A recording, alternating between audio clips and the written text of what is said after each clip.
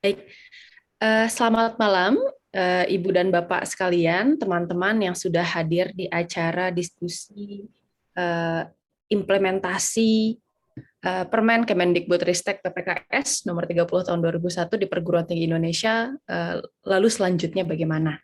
Nah, hari ini mungkin kita bersama berkumpul di sini untuk membicarakan mengenai isu Permen PPKS ya, yang akhir jadi pembicaraan di sosial media. Sejak bulan Oktober kemarin, permen ini telah dirancang dan ini merupakan sebuah berkah sebenarnya untuk teman-teman di lingkungan kampus. Karena selama ini belum pernah ada payung hukum yang membawahi isu kekerasan seksual di lingkungan kampus. Rata-rata sebenarnya di lingkungan kampus, jika kampusnya tidak memiliki SOP, ini dikembalikan kepada pelanggaran kode etik. Ini dasar hukum yang seringkali membuat penanganan kasus kekerasan seksual di lingkungan kampus ini menjadi tidak berperspektif korban, sehingga menimbulkan kemungkinan-kemungkinan penanganan kekerasan seksual yang menimbulkan korbannya berada di dalam posisi yang vulnerable. Nah, sebelum memulai acara, izinkan saya memperkenalkan diri. Nama saya Aira Kusuma Sumantri. Saya sehari-hari mengajar di Departemen Ilmu Hubungan Internasional FISIP UI. Tetapi saya juga aktif bergabung di dalam jaringan akademisi Gerak Perempuan. Uh, Bersama kita sekarang hari ini sudah ada 3 pembicara yang saya kira bisa mewakili setiap bagian ya, yang bisa mengawal Permen PPKS ini hari ini. Sudah ada bersama kita Mbak Andi Entriani. Mbak Ani ini adalah komisioner dari Komnas Perempuan Indonesia. Nanti kita akan berusaha untuk mendiskusikan terkait bagaimana permen ini menimbulkan gejolak di level nasional dan bagaimana ini kemudian berpengaruh mungkin ya Mbak ya implementasinya terhadap nanti ya diskusi RUU PKS yang selama ini sebenarnya sudah kita perjuangkan juga ya Mbak ya. Kalau ini kan hanya di lingkup kampus, tapi bagaimana dengan di lingkup nasional. Nah, lalu yang kedua kita sudah kedatangan juga dengan Mbak Inge, Mbak Lidwina Inge Cahyo, Nur Cahyo. Ini merupakan senior kami di UI. Ini Mbak Inge merupakan salah satu dosen yang paling senior dalam memperjuangkan hak-hak penyintas kekerasan seksual di lingkungan kampus, khususnya di Universitas Indonesia. Mungkin dari nanti kita bisa mendengarkan ya bagaimana tantangan implementasi di lingkungan kampus. Karena saya percaya kalau implementasi di lingkungan kampus ini tidak berhenti di level infrastruktur dan organisasional saja, tetapi juga perubahan kultur yang mendasar di lingkungan kampus. Bagaimana caranya kita bisa merombak pola pikir tersebut sehingga bisa berperspektif gender. Lalu kemudian pembicara kita yang last but not least nih, mungkin dari teman-teman Kak Judith dari Hope Helps UGM. Kak Judith ini dulu merupakan apa namanya Director Advocacy ya di Hope Helps UGM, tetapi sekarang menjabat menjadi Board of Advisory di Hope Helps UGM. Mungkin dari Kak Judith nanti kita bisa mendengarkan perspektif mahasiswa dan bagaimana kemudian respon mahasiswa dan peran mahasiswa ya di dalam implementasi ini. Bagaimana kira-kira mahasiswa bisa secara aktif terlibat dan kemudian turut mengawal Permen PPKS ini. Baik, itu tadi profil 3 pembicara kita hari ini. Saya kira kita akan berusaha untuk melakukan diskusi yang sehat ya. Mungkin teman-teman jika ada pertanyaan nanti bisa didiskusikan dan ini menjadi forum yang terbuka gitu. Kita akan berusaha untuk menghormati pemikiran yang masuk ya dan berusaha untuk melaksanakan diskusi sehingga kita bisa mengetahui ya seluk-beluk terkait tantangan dan peluang Permen PPKS ini. Baik, tanpa membuang waktu lebih lama, mungkin kita akan masuk ke pembicara pertama kita, Mbak Andi. Baik, Mbak Andi, waktu dan ruang Zoom mungkin saya persilahkan untuk menyampaikan paparannya. Baik, terima kasih Aira dan juga terima kasih nih kawan-kawan di dalam jaringan akademisi Gerak Bersama untuk diskusi malam ini. Selamat malam lagi dan salam sehat untuk kita semuanya. Dari ujung Indonesia nih saya gabung dengan kawan-kawan, semoga jaringannya juga stabil. Nah, kalau kita lihat polemiknya ya, pro kontra yang ada di tentang Permendikbud ini persis seperti yang Aira sampaikan, dia mengingatkan kita pada perdebatan-perdebatan yang membuat undang-undang penghapusan Ya, kekerasan seksual. baik. Kemudian sempat terhenti pembahasannya pada tahun 2019 karena persoalannya sama, sebangun sekali soal konsen atau persetujuan dan kesukarelaan dan soal relasi timpang yang tidak dipahami gitu oleh orang-orang yang protes. Tapi lebih dalam dari itu sebetulnya wajah yang ditampilkan hari ini di dalam protes tentang Kemendikbud itu juga mengingatkan kita pada peristiwa pro kontra undang-undang pornografi kalau kawan-kawan perhatikan. Ini kalau yang setuju dengan nggak setuju, yang nggak setuju langsung menempatkan bahwa ini pasti feminis liberal, nggak Pancasilais, nggak agamis gitu ya. Sementara yang tidak setuju sudah pasti mengatakan bahwa mereka jelaslah orang yang menganut nilai-nilai ketuhanan yang Maha Esa dan lain-lain gitu. Sehingga pihak-pihak yang mendukung ini mengalami demonization ya, kayak kita semua yang bersetuju ini seolah-olah orang-orang yang pasti bersepakat dengan seks di luar pernikahan, yang atau yang sering disebut dengan zina dan lain-lain gitu.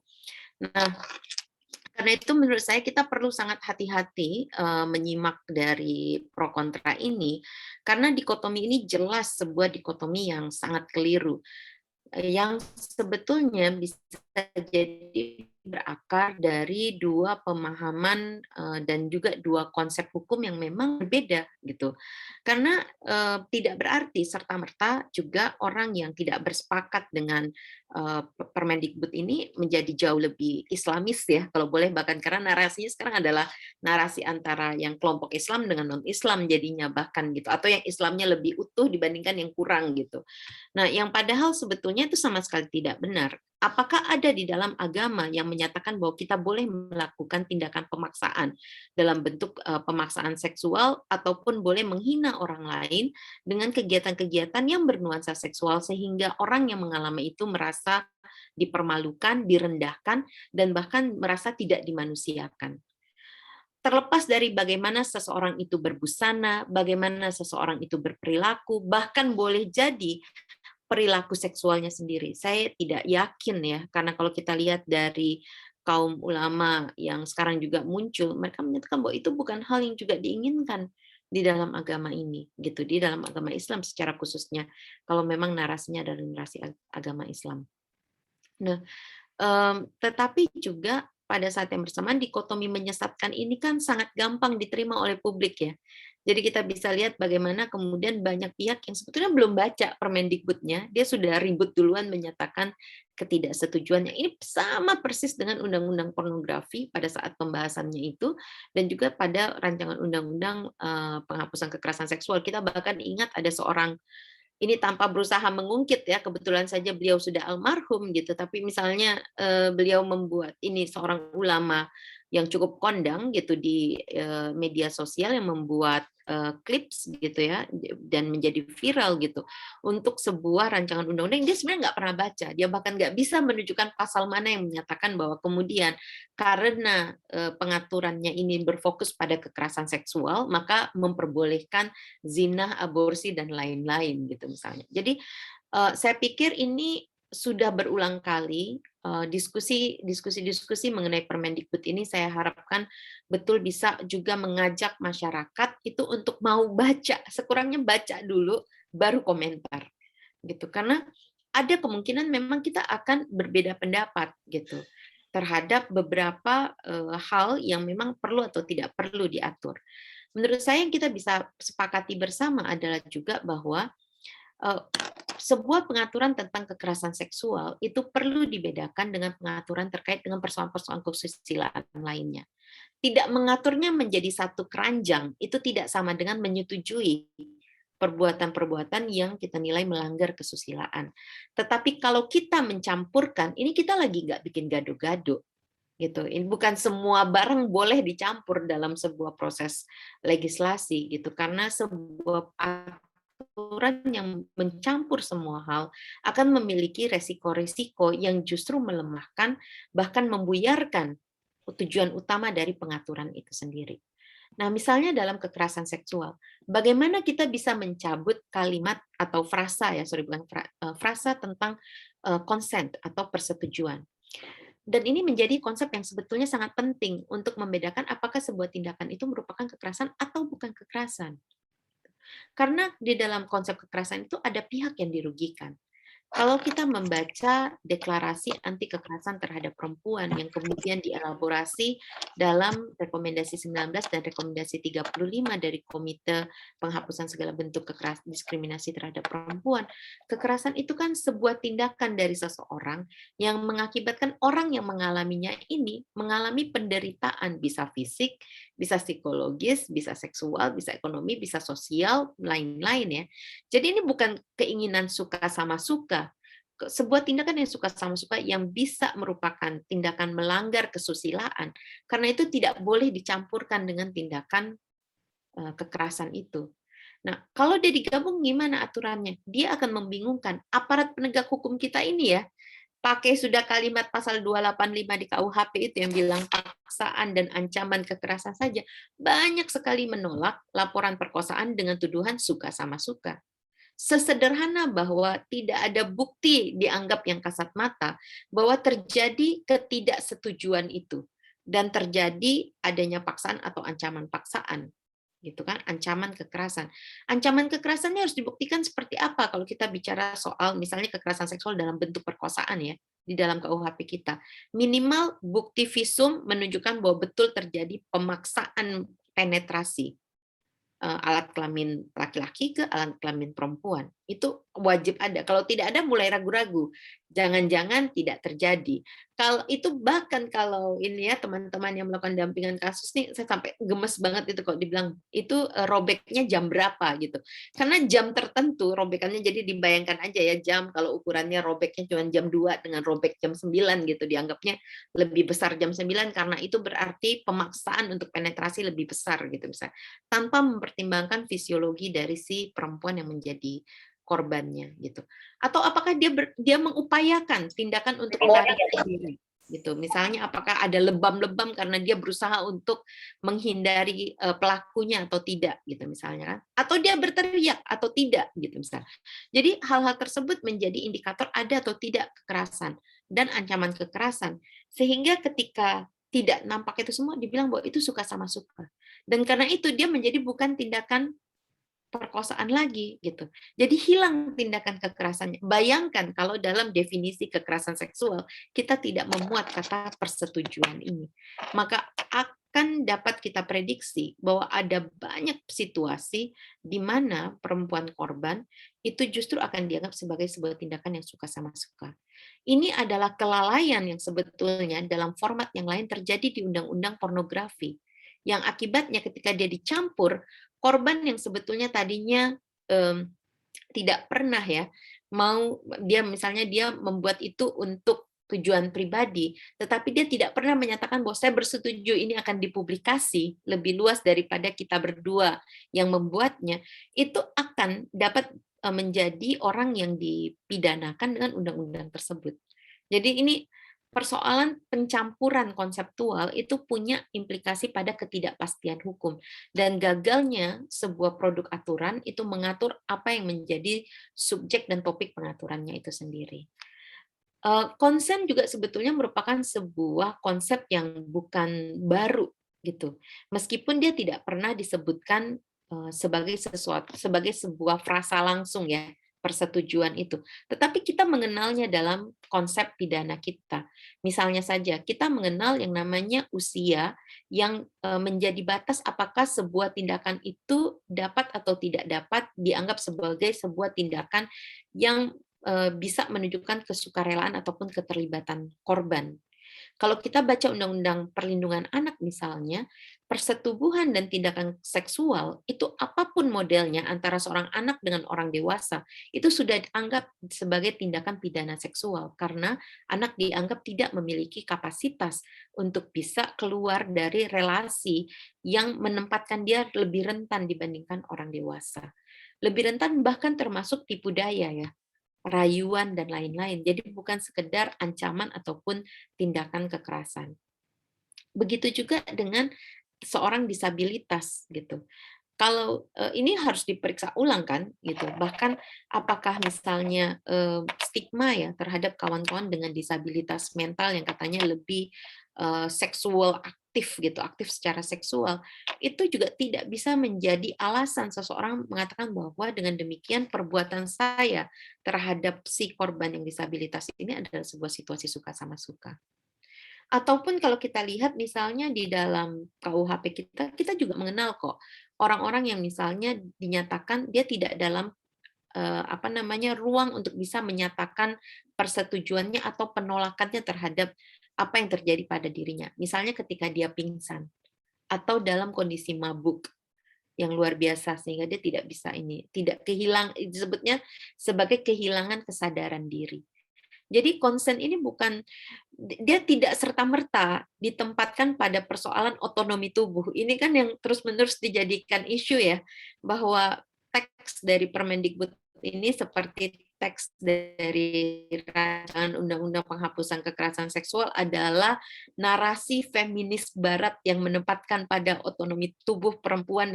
Iya, gitu sebagiannya. Tapi sifat dari konsep konsen pada hukum untuk pengaturan tentang tindakan pidana ataupun juga terkait dengan kekerasan seksual ini bukan sesuatu yang hanya sepotong narasi tentang otonomi tubuh tadi, tetapi juga potongan lainnya adalah soal tanggung jawab yang ada dari semua orang yang melakukan relasi sosial, termasuk relasi bernuansa seksual itu menjadi sebuah tindakan yang dapat dia pertanggungjawabkan karena merupakan sebuah tindakan yang memang dikehendaki bersama.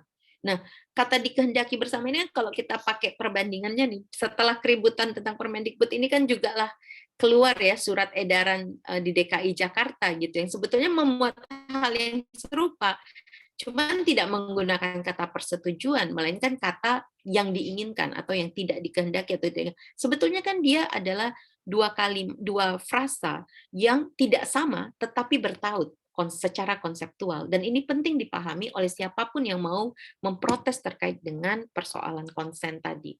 Nah, di dalam persoalan konsen juga yang lebih ruang abu-abu adalah kalau ada relasi timpang yang membuat satu pihak dengan pihak lainnya itu tidak bisa menyikapinya dengan langsung gitu ya.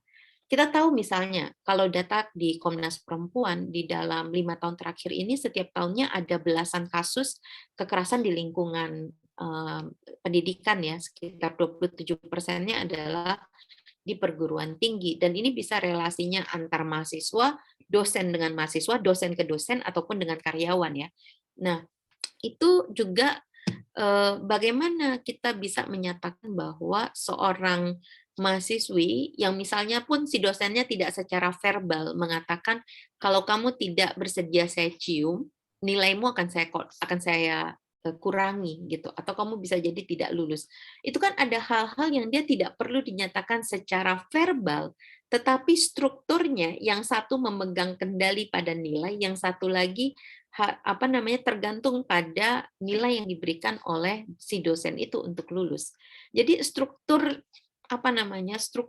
relasinya sendiri memungkinkan tanpa pernyataan langsung pun dalam bentuk ancaman itu membuat si orang yang menjadi objek seksual itu tidak memiliki daya untuk menyatakan penolakannya. Nah, belum lagi soal bahwa dengan tidak berdaya itu belum tentu dia berani untuk speak up ya. Karena itu kan ada banyak sekali, kita tahu ada rap culture di masyarakat kita yang menyangkal tindakan kekerasan seksual di sekitar kita, apalagi ini kaitannya dengan dosen. Pastilah ada banyak pertimbangan dari korban, dia khawatir jangan-jangan nanti malah kawan-kawannya ataupun lingkungannya bilang bahwa, "Ya kamu dekat karena kamu ingin nilai yang baik. Ketika ada masalah saja kamu baru melaporkan," dan seterusnya itu. Jadi budaya menyangkal korban dan menyalahkan korban itu masih rampant gitu ya, masih sangat banyak gitu dan menggejala di dalam masyarakat kita. Dan belum lagi kalau di dalam pengalaman Komnas Perempuan yang dilaporkan ke Komnas Perempuan itu banyak kampus yang juga berusaha membungkam korban, tidak memberikan kesempatan untuk korban menyampaikan apa yang terjadi, ataupun kalau mereka mengetahui bahwa oh ya memang ini sudah banyak kok yang melaporkan tindakan serupa ini, tapi atas nama baik kampus sebaiknya ya kita selesaikan ini diam-diam saja dengan suasana kekeluargaan gitu ya. Dalam banyak kesempatan sebetulnya membungkam korban. Karena itulah tidak heran juga buat saya bahwa pasca Permendikbud ini di-launching, kita lihat percakapan di media sosial itu kan banyak yang kemudian menyatakan bahwa saya juga pernah gitu menjadi korban kekerasan seksual, pelecehan terutama yang terjadi di kampus yang dilakukan oleh si A si B gitu misalnya. Tetapi juga banyak yang kemudian mengingat bahwa itu bukan terjadi hanya di perguruan tinggi, tapi waktu saya di SD dulu, di SMP dulu dan lain-lain. Jadi sebuah aturan yang sebetulnya dimaksudkan untuk menyikapi kondisi yang memang sudah ada itu pasti dia mendapatkan apa namanya reaksi yang sebetulnya merasa bahwa mereka dikuatkan dengan hadirnya aturan tersebut. Nah, data yang ada di Komnas Perempuan sekali lagi saya harus tegaskan dia hanya merupakan betul-betul bagian kecil dari puncak gunung es dari persoalan ini. Kita lihat sebelum Permendikbud 30 2021 ini dikeluarkan di lingkungan Kementerian Agama sudah ada SK dari Dirjen Pendidikan Islam yang sebetulnya mendorong dibentuknya sistem pencegahan dan penanganan perguruan tinggi keislaman negeri. Di dalam 2 tahun ini Komnas Perempuan bekerja bersama dengan PTKIN ya, perguruan-perguruan tinggi keislaman negeri itu dan sudah ada 17 kampus sebetulnya yang memulai upaya untuk membangun mekanisme ini. Dan itu tidak banyak apa ya protes ya terkait dengan SK Dirjen ini. Bisa jadi karena levelnya SK, levelnya SK Dirjen bukan keputusan menteri gitu. Tetapi sebenarnya kalau kita baca apa yang dimuat sebagai tindakan-tindakan yang dianggap sebagai tindakan kekerasan seksual itu hampir sama dengan yang ada di Permendikbud. Sekalipun yang di Permendikbud dia juga melengkapi dengan berbagai persoalan lain.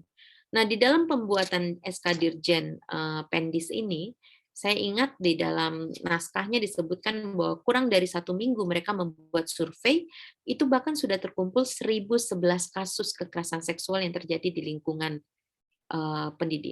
perguruan tinggi keislaman negeri. Sementara itu kalau kita lihat yang disampaikan oleh Kemendikbud ya, itu juga sama itu. Kurang dari seminggu 70% dari responden sudah menyatakan bahwa mereka mengetahui telah terjadi kekerasan di lingkungan perguruan tinggi gitu dan 63%-nya mengatakan tidak pernah melapor karena tidak tahu gitu. Jadi salah satu bagian menurut saya yang juga sangat penting adalah ketika ditanyakan mengapa tidak melapor. Tadi itu support dari kampus menjadi sangat menentukan. Apakah memang kampus diyakini akan menyikapinya dengan serius atau tidak gitu. Nah, karenanya Permendikbud ini kan sebenarnya arahnya lebih pada pelembagaan sikap di kampus ya mengenai kasus-kasusnya itu. Tidak berarti sekali lagi kampus akan menjadi pihak yang mempersilahkan tindakan-tindakan asusila lainnya kan. Ini dua pulau yang sebetulnya sama sekali berbeda, tidak boleh dipercampur adukan. Dan Permendikbudnya menurut saya dia punya kekuatan lebih karena dia juga memberikan sanksi yang sifatnya bukan saja administratif kepada si pelaku dengan mengkaitkan bahwa ini tetap tidak akan menjadi benteng ya dari proses pidana yang harus dilalui oleh pelaku jika ini dibawa ke ranah hukum, tetapi juga memberikan penegasan tentang fungsi kampus itu sendiri dalam upaya pencegahan dan penanganan, serta sanksi bagi kampus yang enggan untuk melakukannya dalam bentuk termasuk misalnya mengurangi dana hibah, dana bantuannya maupun akreditasi. Nah, ini menurut saya malah merupakan sebuah terobosan baik yang patut untuk kita kita apresiasi ya. Dan proses diskusinya menurut saya kita boleh tetap pro kontra tentang ini, tetapi menurut saya proses diskusinya akan jauh lebih konstruktif jika kita menempatkannya satu dalam kerangka reformasi hukum dan kebijakan kita, aturan-aturan kita yang memungkinkan justru hak-hak korban itu lebih terpenuhi gitu. Dan dua, memang dalam rangka menciptakan lingkungan pendidikan yang aman dan nyaman gitu sehingga semua orang yang ada di dalam lingkungan pendidikan itu bisa mendapatkan hal-hal yang terbaik dari sebuah institusi yang sebetulnya memiliki mandat untuk membentuk atau mewujudkan sebuah peradaban yang dengan peri kemanusiaan dan peri keadilan. Saya mau mengakhirinya di sini untuk kemudian juga mendengarkan dari narasumber yang lain dan berdiskusi. Terima kasih atas kesempatannya. Saya kembalikan ke Aira.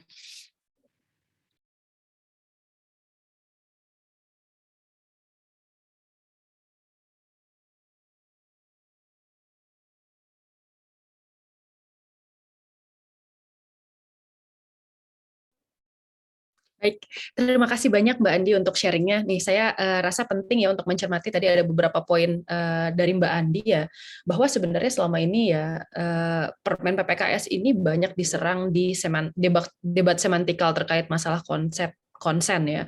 Padahal konsen sendiri sebenarnya itu tidak bertentangan dengan nilai agama, karena konsen tidak berarti secara otomatis kita mendukung perbuatan yang asusila.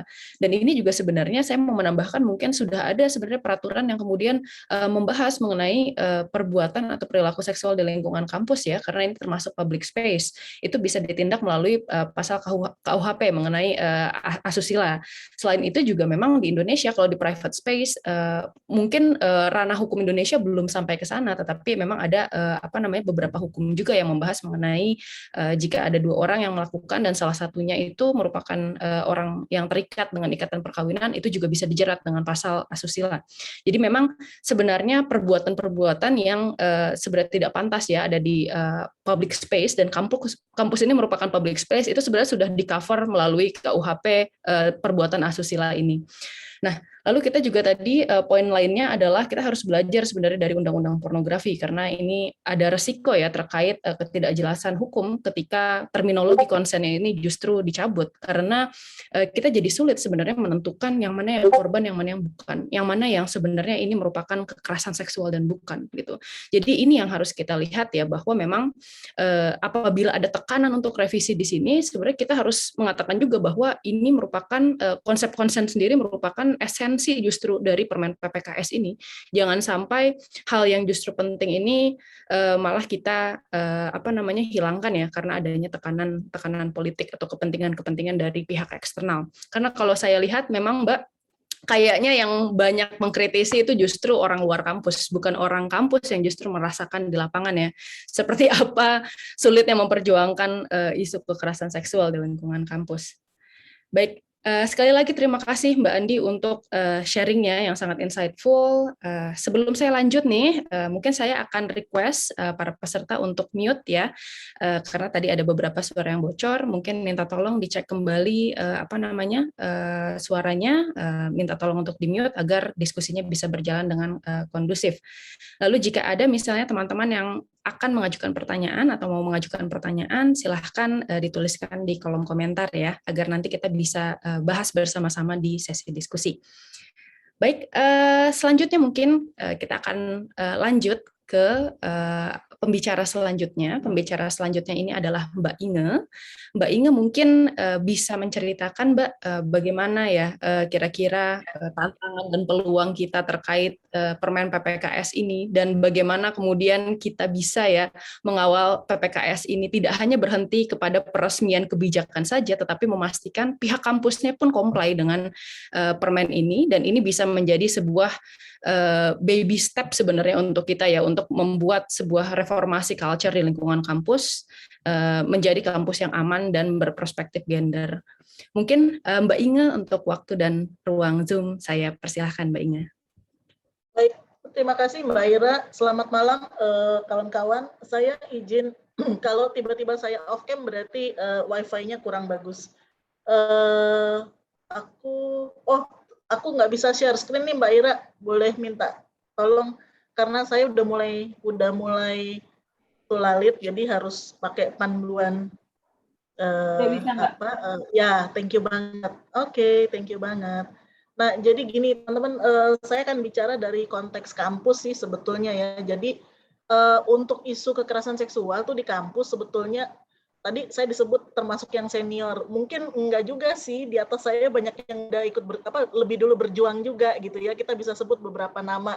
Nah, jadi ini sebenarnya perjuangan terkait dengan kekerasan seksual di kampus, pencegahan dan penanganannya itu sebetulnya sudah berjalan cukup lama.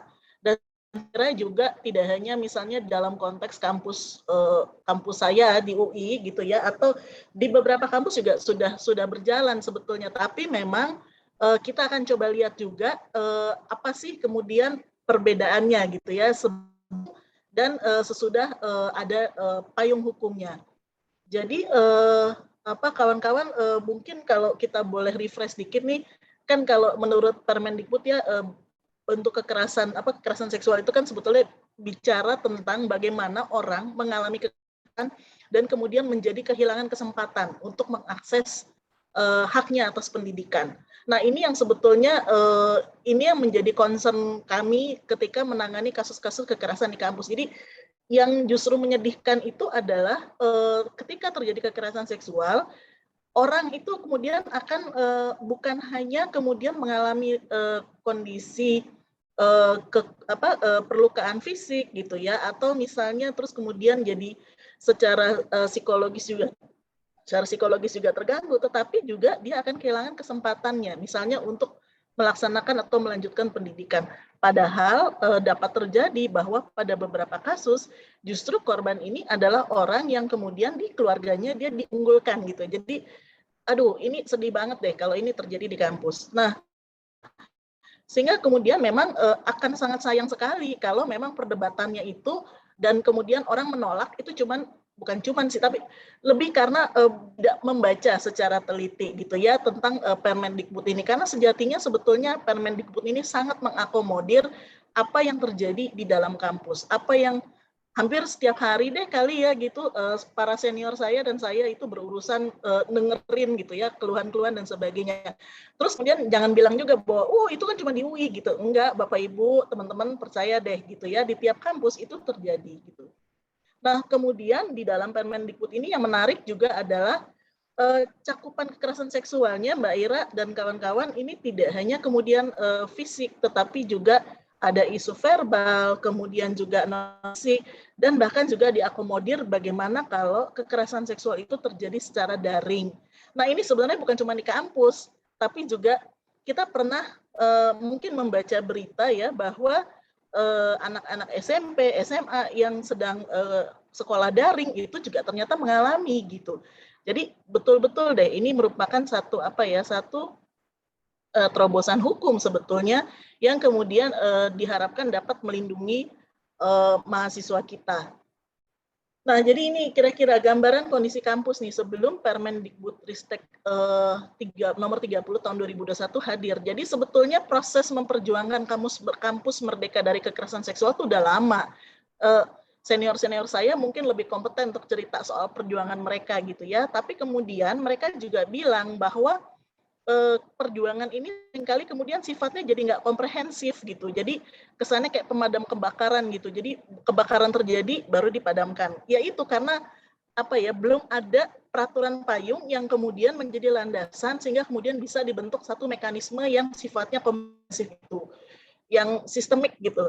Nah, sehingga kemudian bentuk-bentuk penanganannya sifatnya parsial, kemudian kayak misalnya pemberian sanksi administratif itu diberikan, tapi proses healingnya enggak gitu. Atau kemudian sebenarnya pelaku ini gitu ya, dia kategorinya, saya sebenarnya nggak terlalu suka bilang mengkategorisasi KS karena mungkin dampaknya berbeda-beda untuk tiap orang. Tapi boleh dibilang bahwa misalnya si pelaku ini sebetulnya dia patut untuk misalnya menerima satu bentuk konseling gitu ya sebagai bagian dari hukuman dia. Tapi kemudian karena nggak ada aturannya, nggak ada mekanismenya, ya udah blast aja. Akibatnya kemudian dia bukannya menjadi lebih baik, tapi malah kemudian dia belajar melakukannya dengan lebih lebih buruk gitu ya, lebih dahsyat kekerasan yang dilakukan. Nah, kemudian juga sebelum ada Permendikbud ini, maka kemudian mekanisme aduan itu jadi gini, kalau di beberapa kampus yang kami ketahui gitu ya, termasuk juga di UI, proses pengaduan pelaporan itu memang ada mekanisme pelaporan. Tetapi ini kemudian disatukan biasanya dengan pelaporan terkait dengan kasus-kasus maladministrasi gitu ya, plagiarisme, korupsi gitu. Sehingga kemudian karena dia nggak spesifik aduannya, seringkali kemudian responnya jadi terlambat karena diperlakukan sama dengan seperti kasus-kasus maladministrasi yang notabene hanya berurusan dengan surat. Padahal kan kasus kekerasan seksual ini kan berurusan dengan manusia gitu ya. Telat dikit lukanya buat divisum mungkin udah nggak ada gitu. Telat dikit orangnya udah tambah depresi sehingga kemudian memberikan keterangannya sulit gitu dan sebagainya. Jadi harusnya ketika berurusan dengan manusia kan prosesnya lebih cepat gitu, tapi karena jalur aduannya itu belum ada yang spesifik, nah yang terjadi seperti itu.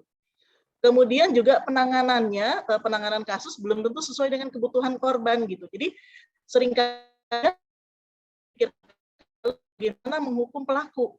oke, di satu sisi oke, korban mungkin menjadi selamat gitu ya, tetapi kemudian what next gitu. Kita mau buat apa untuk si korban ini? Gimana kita mau memberikan pemulihan? Kalaupun kita misalnya bilang, oh ya udah konseling gitu, biayanya tanggung siapa gitu, seperti itu. Sehingga kemudian ini yang terjadi. Nah, ditambah lagi kemudian kalau pemegang otoritasnya cukup sensitif terhadap kebutuhan korban, mungkin penanganannya bisa bagus. Tapi kalau dia tidak cukup sensitif, maka yang ada justru merugikan korban gitu. Jadi korban malah akhirnya impong atau ya udah kamu kayak gitu, kamu nggak jelas buktinya, ya udah nggak usah aja gitu, seperti itu ya, tambah depresi korban. Atau kasus segera dihentikan gitu, karena jadi nggak ada kepastian bahwa akan ada proses lanjut, karena misalnya pihak yang menerima aduan bingung, ini kasus mau diapain, belum banyak pengalaman juga misalnya untuk menangani itu.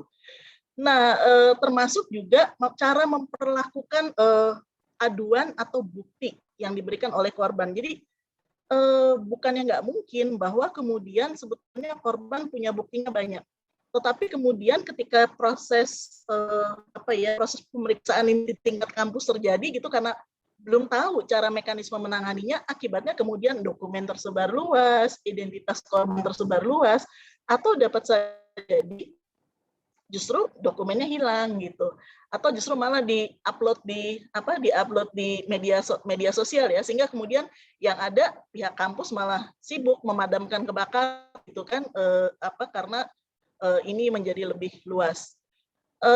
Kemudian juga persoalan koordinasi dan kemudian juga persoalan budget terkait tadi kayak misalnya harus konseling gitu. Nah, ini kepada siapa kemudian harus dibebankan biaya konseling ini?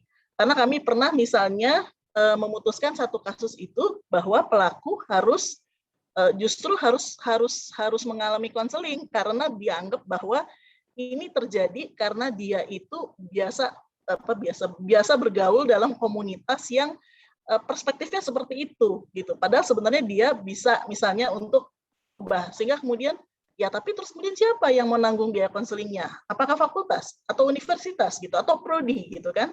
Jadi masih belum clear. Nah, setelah ada Permendikbud nomor 30 tahun 2021, sebetulnya yang diharapkan tuh ini dengan adanya Permendikbud ini yang diharapkan adalah ini. Jadi kalau ada yang bilang bahwa ini nggak sesuai sama Pancasila, nah justru tujuan Permendikbud ini kalau yang saya baca ya, itu di situ disebutin membentuk insan dengan akhlak mulia sebagaimana amanat Pancasila dan undang-undang. Oke, ini jadi di mana gitu ya. Terus kemudian justru untuk kekerasan seksual itu tadi cakupannya menjadi lebih luas. Tidak hanya soal fisik, tetapi juga menjaring kekerasan seksual yang sama-sama merugikan, tetapi terjadinya mungkin tidak secara fisik, tetapi melalui teknologi komunikasi dan sebagainya. Sudah ada peraturan payung sehingga kemudian akan lebih mudah untuk diterjemahkan ke dalam tingkat peraturan rektor, dekan, kode. Jadi bisa memaksa gitu ya. Kemudian kode etik di prodi, SOP fakultas atau lembaga riset atau bahkan badan kegiatan mahasiswa dan BEM misalnya. Kemudian secara khusus kalau saya pelajari bahwa di dalam Permendikbud ini di pasal 6 ayat 1 itu sudah disebutin tuh soal upaya pencegahan, misalnya dengan pendidikan atau edukasi kepada maba gitu ya. Bahkan juga misalnya membangun budaya komunitas anti kekerasan seksual di pasal 6 ayat 4-nya. Kemudian bahkan secara komprehensif tentang proses pemulihan bagi korban di pasal 10, pendampingan di pasal 11, perlindungan pasal 12, dan saksi administratif. Jadi ini juga menjawab kekhawatiran dari sebagian teman-teman aktivis bahwa kampus jangan-jangan ntar bakalan berubah dong fungsinya jadi lembaga pemberi layanan. Enggak, kampus itu dia hanya berwenang memberikan sanksi administratif dan menangani aduan pertama. Tetap ketika dalam prosesnya dia akan mengganti holder gitu ya yang dapat menyediakan layanan. Nah, kemudian juga ada kritik juga sih sebetulnya ya terkait dengan persoalan nggak dilibatin dong nih keluarga sama aspek-aspek kerohanian gitu ya. Justru di dalam pasal 20 tadi saya juga sempat pelajari bahwa pemulihan korban itu mencakup juga pemulihan bimbingan rohani. Jadi dengan melibatkan pemuka agama yang memang sesuai dengan agama yang dianut oleh korban tersebut gitu. Selain psikolog, dokter, konselor dan sebagainya. Oke. Nah, tetapi kita juga perlu sadar bahwa memang akan ada selalu tantangan kultural dan strukturalnya. Pertama, masih juga kita, sebagian masyarakat kita masih kepengen tuh ada penghalusan istilah yang digunakan untuk kekerasan seksual. Begitu istilahnya dihaluskan, maka kemudian orang akan kehilangan rasa terkait dengan urgensinya menangani kekerasan seksual. Karena faktanya ini justru mengerikan. Kemudian perlu dipahami juga bahwa kampus itu bagaimanapun juga masih tetap kental relasi kuasa. Lawang ngomongnya kan soalnya kan antara itu kan sama seperti keluarga ya, antara dosen dengan mahasiswa. Jadi kayak seolah-olah, apalagi kalau masih istilahnya masih bapak dosen, ibu dosen, itu kan sebenarnya kan memindahkan keluarga gitu ya ke dalam konteks yang lebih besar gitu. Jadi relasi kuasanya masih jauh kental. Kemudian juga persoalan struktur birokrasi kampus yang berlapis-lapis. Ini akan berpengaruh pada proses pemeriksaan bertahap di mana korban akan dipaksa berulang-ulang menceritakan peristiwa yang dialami. Nah, kemudian juga beban pembuktian. Ini sebetulnya kalau di dalam KUHP, beban pembuktian terletak pada negara, bukan korban. Nah, tetapi kemudian ketika di dalam konteks kampus, konteks universitas, nah beban pembuktian terletak pada siapa? Jadi jangan sampai terus kemudian ini justru diletakkan pada bahu korban lagi gitu ya. Jadi dan juga ada yang masih kemudian juga keberatan karena nanti ada soal asas praduga tak bersalahnya nggak berlaku dong. Tunggu dulu Fulgoso, nggak semudah itu gitu ya. Jadi asas praduga tak bersalah ini harus berlaku juga untuk dua-duanya, ya korban dan yang terlapor, karena faktanya adalah seringkali kemudian untuk kasus-kasus kekerasan seksual sangat khas. Jadi justru seolah-olah pelaku dibebaskan gitu ya dari dugaan-dugaan, sedangkan dugaan-dugaan itu dibebankan pada korban terkait dengan historisitas seksual korban dan sebagainya. Nah, sedangkan satu tantangan kultural berikut adalah kita mengukur dan moral korban biasanya dalam proses penanganan kekerasan seksual. Nah, ini yang mesti diatasi gitu ya. Jadi stop deh mikirin soal moralnya korban gitu, langsung korban titik gitu ya. Tetapi yang perlu dicari justru adalah bukti menyeluruh melalui kesaksian korban, ya keterangan pelaku, maupun hasil pemeriksaan dari visum et repertum, visum et psikiatrikum, dan hasil pemeriksaan psikologis. Nah, ini yang perlu masuk dalam pembuktian. Ini terobosan juga gitu. Jadi jangan sampai terus kemudian salah satu hal yang kami pernah tangani, sebentar internet saya unstable. Oke. Salah satu kasus yang pernah kami tangani, pihak pemeriksa itu kemudian bersikeras untuk menghadirkan korban, padahal korban itu sudah sangat malu gitu ya, karena dia merasa bahwa masa depannya hancur gitu. Masa iya mau ditanyain lagi secara langsung gitu. Nah, ini mungkin butuh terobosan hukum untuk proses pemeriksaan itu. Kemudian juga soal rentang waktu pelaporan. Ini nanti akan bisa aja kemudian kasus baru dilaporkan setelah mahasiswa lulus. Kenapa? Jangan terus kemudian tanya, ya waktu itu kamu kenapa nggak mau lapor? Ya karena relasi kuasa itu tadi, gitu ya. Dia kan takut, gitu. Nah, kemudian juga penting juga untuk cara berpikir kita bahwa kekerasan seksual itu adalah kekerasan titik. Jadi yang harusnya malu itu bukan korban, tapi pelaku. Nah, ini adalah sedikit beberapa strategi pihak kampus yang ini dapat dilaksanakan. Kampus punya aturan sih Mbak Aira dan kawan-kawan di tingkat universitas, fakultas, prodi, maupun di lembaga kemahasiswaan. Nah, kemudian kalau di UI ya, saya mengamati ini beberapa fakultas itu sudah mulai aktif memberikan materi anti kekerasan seksual untuk maba. Nah, yang ngasih ini biasanya adalah memang dosen-dosen yang kualifikasinya sudah paham betul ya tentang penanganan kekerasan seksual, dan yang diajarin bukannya free sex loh gitu ya. Jadi beneran soal bagaimana kemudian respect, perlindungan terhadap tubuh gitu. Jadi jangan sampai terus kemudian kita mengalami, dan kalau mengalami terus kemudian apa yang harus kita lakukan. Nah, pemberian materi anti kekerasan seksual ini sebenarnya penting juga, bukan hanya untuk maba, tetapi juga untuk dosen baru, teknik baru, dosen senior gitu. Kemudian juga mahasiswa senior. Nah, kemudian sesuai dengan anjurannya di dalam permen tersebut gitu ya. Ini juga sebenarnya sudah dilakukan nih di beberapa kampus gitu. Jadi papan informasi terkait do and don't untuk penjagaan kekerasan seksual ini. Nah, tetapi kemudian hati-hati kampus jangan sampai melakukan diskriminasi juga kepada perempuan, mahasiswa baru, teknik baru, gitu. Sesuai dengan do and don't-nya ini, karena memang mahasiswa baru, teknik baru itu posisinya rentan tindakan penggunaan kuasa berlebih. Kemudian juga perencanaan dan pelaksanaan edukasi anti KS itu mulai dilaksanakan juga, penting untuk maba, dosen, dan tendik. Kemudian, nah ini yang sebetulnya penting, pengikutsertaan unsur dalam sivitas akademika pada penanganan kekerasan seksual di kampus. Jadi jangan hanya diletakkan bebannya pada DGB, tapi juga perlu untuk melibatkan mahasiswa, kemudian juga unsur-unsur stakeholder lainnya yang kemudian memang dia profesional dalam pemberian layanan ini. Kemudian perlu ada peningkatan kesadaran di sivitas akademika untuk mulai berkomunikasi secara respect. Jadi respect di sini bukan sekedar kemudian oh ya karena dosen harus dihormati, tapi justru dosen juga harus menghormati mahasiswa dengan tidak menggunakan bahasa-bahasa yang sifatnya melecehkan. Demikian, terima kasih Mbak Aira, saya kembalikan kepada Anda.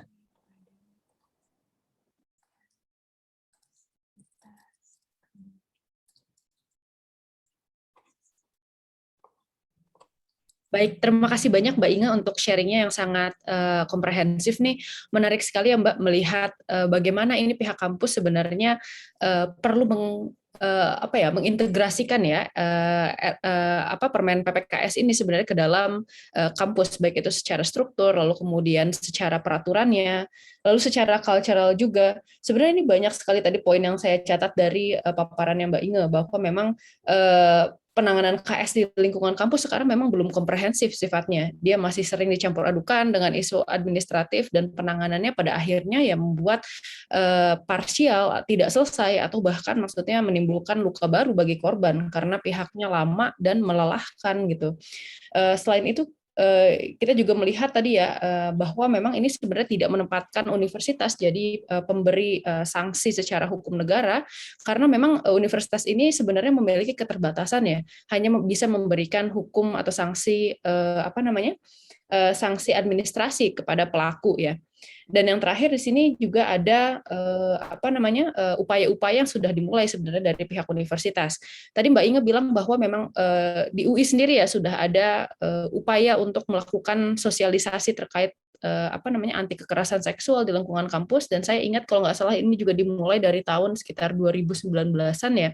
Dan ini merupakan sebuah langkah awal sebenarnya yang bisa kita lihat untuk merubah ya perspektif di lingkungan kampus terkait isu kekerasan seksual, karena pada masa SMP SMA memang rata-rata pelajar Indonesia ini kekurangan sex education ya. Jadi memang agak mungkin belum paham terkait konsep konsen, belum paham terkait konsep respect, konsep hubungan antara laki-laki perempuan, laki-laki laki-laki, atau mungkin apapun itu orientasi seksualnya, tetapi interaksi di bidang privat, di ruang privatnya itu belum terlalu diajarkan ya. Jadi ini sebenarnya bagus di lingkungan kampus mulai ada upaya untuk merubah sisi cultural dari universitasnya itu sendiri.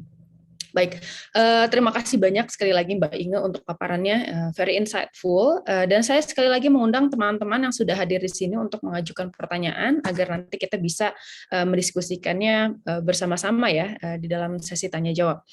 Baik, selanjutnya kita sudah ada Judith. Judith ini merupakan dulu ya Direktur Advokasi di Hope Helps UGM dan kemudian juga merupakan Board of Advisor dari Hope Helps UGM saat ini. Mungkin dari Judith kita bisa mendengarkan ya dari perspektif teman-teman mahasiswa ini bagaimana, lalu mungkin implementasinya dan apa sih sebenarnya efek ya dari Permen PPKS ini terhadap perjuangan advokasi teman-teman mahasiswa di lapangan gitu. Baik, waktu dan tempat saya persilakan untuk Judith. Oke, makasih Mbak Aira, makasih juga teman-teman panitia yang udah ngundang. Sebelumnya perkenalin lagi, aku Judith Gracia, biasa dipanggilnya Judith. Semoga masih bisa merepresentasikan pandangan mahasiswa ya, meskipun baru sidang bulan lalu. Semoga masih relevan. Sebenarnya izin untuk menjelaskan sedikit ya background Hope Helps itu apa. Jadi Hope Helps merupakan organisasi di UGM yang merupakan organisasi untuk pengada layanan bantuan bagi korban kekerasan seksual. Nah, tahun lalu sebenarnya sampai sekarang kita lagi regenerasi dan pengurus barunya masih training. Jadi sampai sekarang aku dan pengurus yang lalu, advokasi yang lalu masih memegang kasus. Dan surprisingly enough, sebagai tahun pertama Hope Helps berdiri di UGM, kasus yang kita terima itu cukup banyak gitu. Dan what I can say sebagai direktur advokasi dan juga sekarang BOA yang masih megang kasus adalah dalam menerima laporan dan juga memproses bantuan-bantuan seperti apa yang dibutuhkan oleh korban, we need all the help that we can get.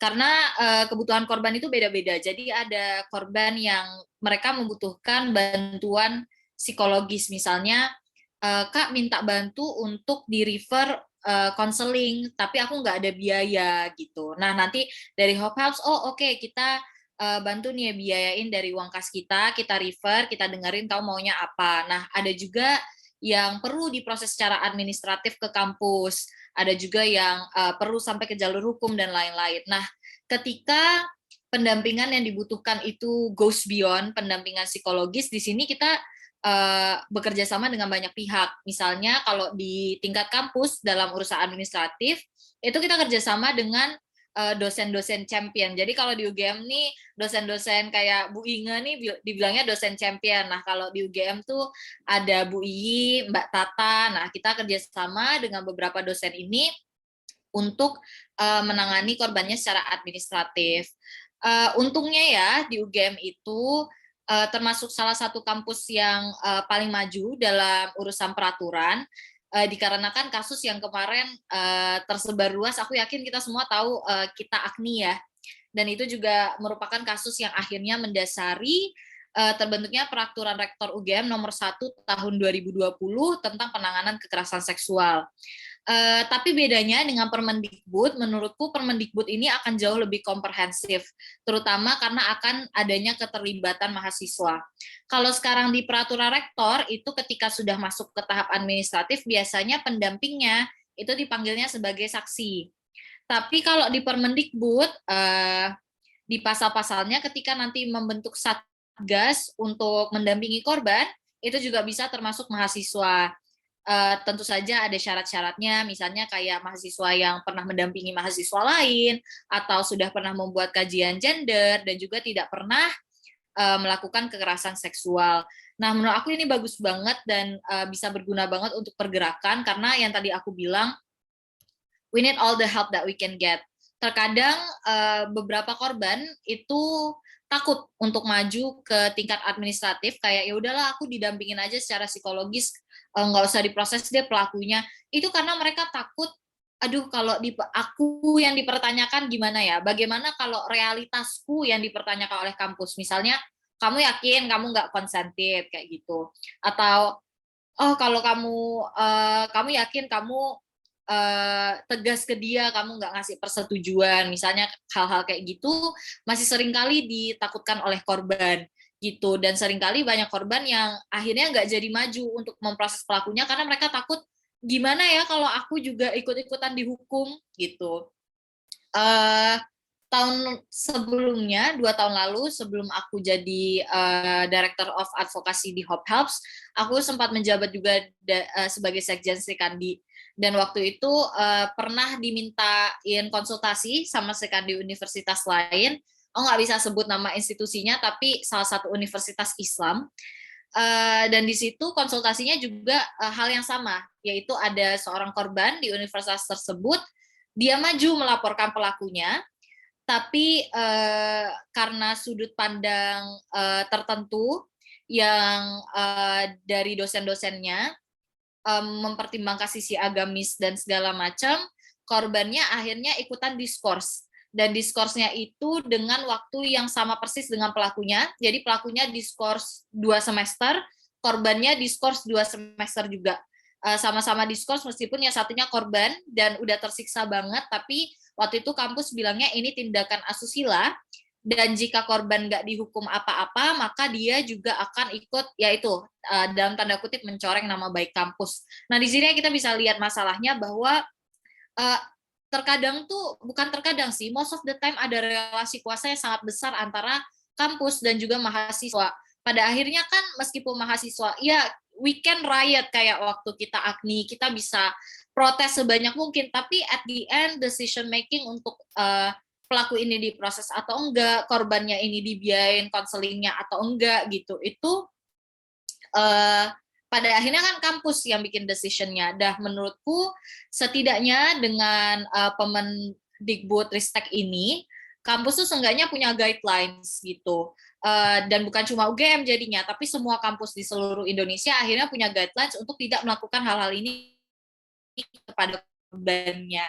Memang sih benar ada beberapa oposisi teman-teman mahasiswa dan dari teman-teman pendidik yang waktu dulu aku beberapa hari yang lalu itu sempat diskusi rame-rame sama teman-teman, lalu memang ada nih yang masuk dengan pendapat yang kontra ya, dia bilangnya, waduh kasihan dong kalau misalnya Permendikbudristek ini diterapkan, soalnya tidak memikirkan semua pihak gitu. Terus kita tanya, bisa dijelasin nggak apa yang dimaksud dengan tidak memikirkan semua pihak, soalnya kan ini kita mencoba yang terbaik untuk memberikan perspektif korban gitu ya. Oh enggak, ini tuh enggak memikirkan semua pihak. Coba deh contohnya gini, kalau ada dosen yang melecehkan, terus dosennya dikeluarin karena Permendikbudristek, tapi kan ini dosen punya istri, istrinya kan perempuan, ini dosen punya anak juga, kalau anaknya perempuan gimana? Ini tuh Permendikbud ini tidak memikirkan semua perempuan gitu. Nah, menurutku itu kan ad hominem ya, dan tentu saja bukan berarti concern dari orang-orang ini nggak pantas untuk diadres gitu. Sangat-sangat pantas lah untuk diadres. Cuma ya tadi aku setuju dengan Mbak Andi, alangkah baiknya sebenarnya ketika apa-apa tuh kita baca dulu gitu. Nah sama juga seperti pergerakan di mahasiswa.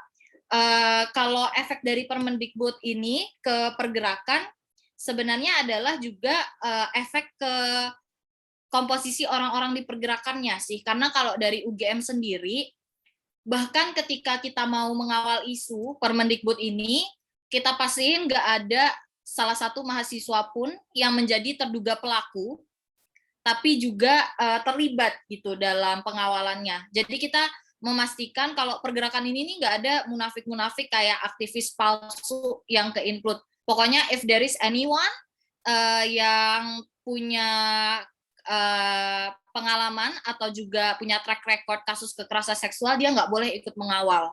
Nah, dari hal-hal seperti itu, ini pengaruh Kemendikbudristek yang pada akhirnya juga dalam pergerakan mahasiswa pun terjadi seleksi internal yang dilihat apakah orang ini sebenarnya morally correct dan morally capable untuk mengawal isu ini.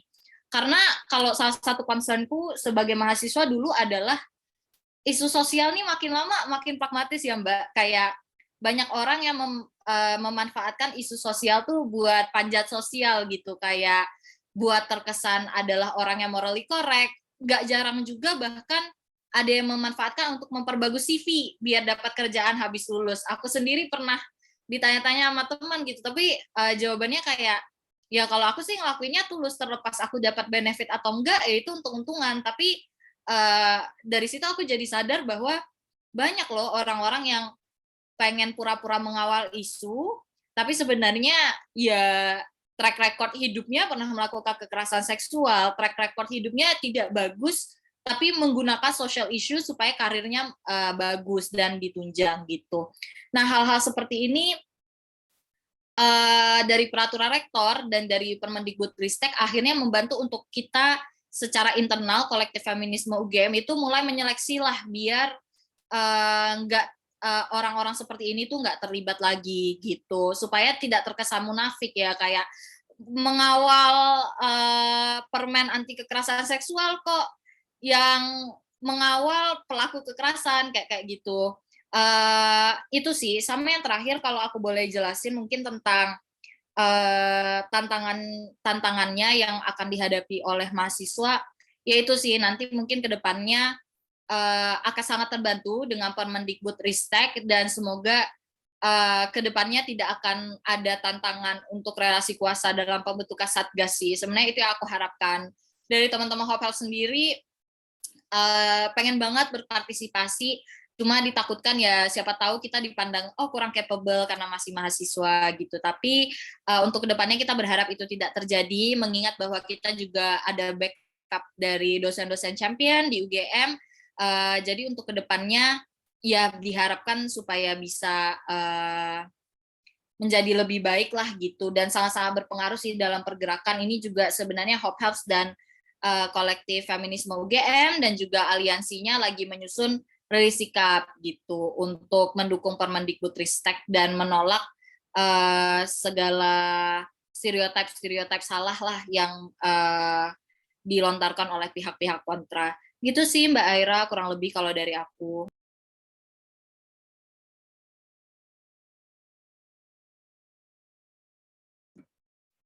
Baik, terima kasih banyak Kak Judith untuk sharingnya. Ini menarik banget ya, melihat dari perspektif advokasi mahasiswa ya, bagaimana kemudian Permen PPKS ini sebenarnya bisa membantu ya untuk memberikan pegangan hukum untuk kita semua, termasuk advokasi dari level teman-teman mahasiswa.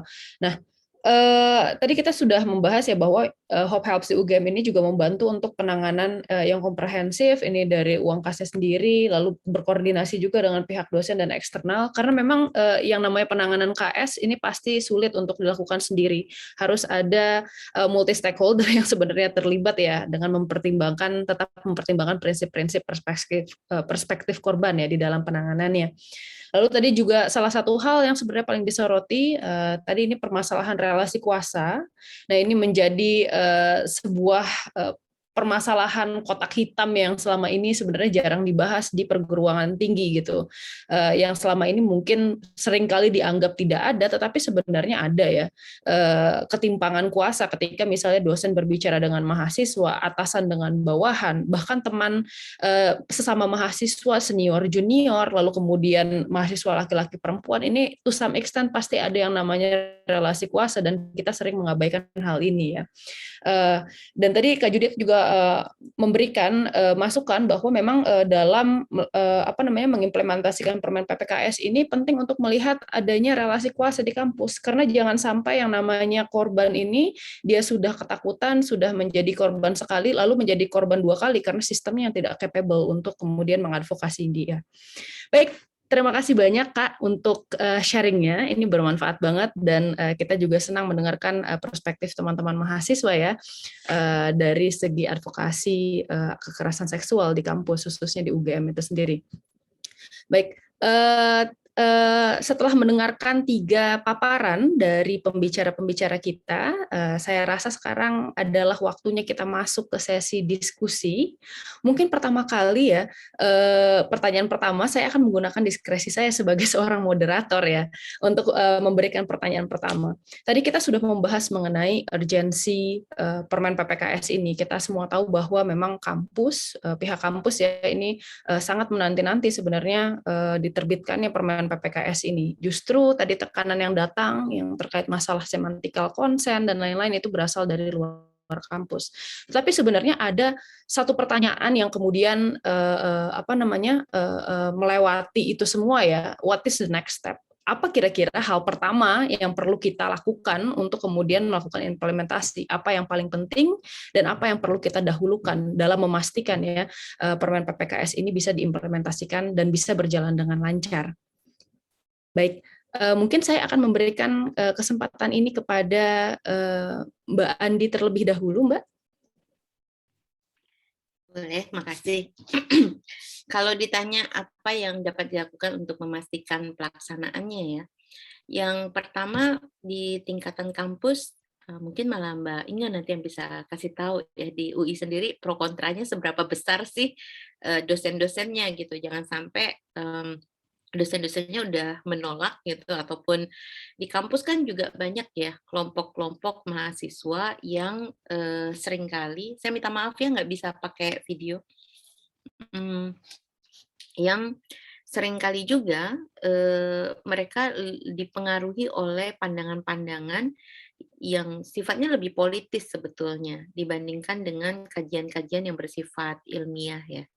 Gitu. Ini tanpa bermaksud a priori, tetapi memang pada akhirnya proses di kampus sendiri tidak bebas politik gitu, dan kawan-kawan kampus ini kan selalu dianggap sebagai voters muda ya. Jadi memang diperebutkan gitu dalam kancah apa namanya politik Indonesia, apalagi jelang tahun politik 2024 yang tahun politiknya kok tiba-tiba udah mulai dari tahun 2021 bau-bau tahun politik ini gitu. Jadi menurut saya justru kegiatan seperti hari ini itu sangat penting sekali untuk membedah apa yang dimaksudkan dengan Permendikbud ini, menempatkannya secara proporsional sehingga semua pihak bisa melihat pentingnya Permendikbud ini dan kemudian bersama-sama membayangkan apa yang dapat dilakukan untuk, kalau dalam kapasitas sebagai dosen tentunya untuk mendorong pihak kampus untuk melaksanakannya, dan begitu juga dengan teman-teman mahasiswa, dan juga bisa menguatkan gitu langkah bersama yang selama ini sudah diajukan seperti tadi disampaikan Mbak Inge dan Mbak Judith, bahwa itu sebenarnya udah upaya yang cukup lama ya. Jadi bukan sebuah hal baru gitu, bukan jatuh dari langit upaya untuk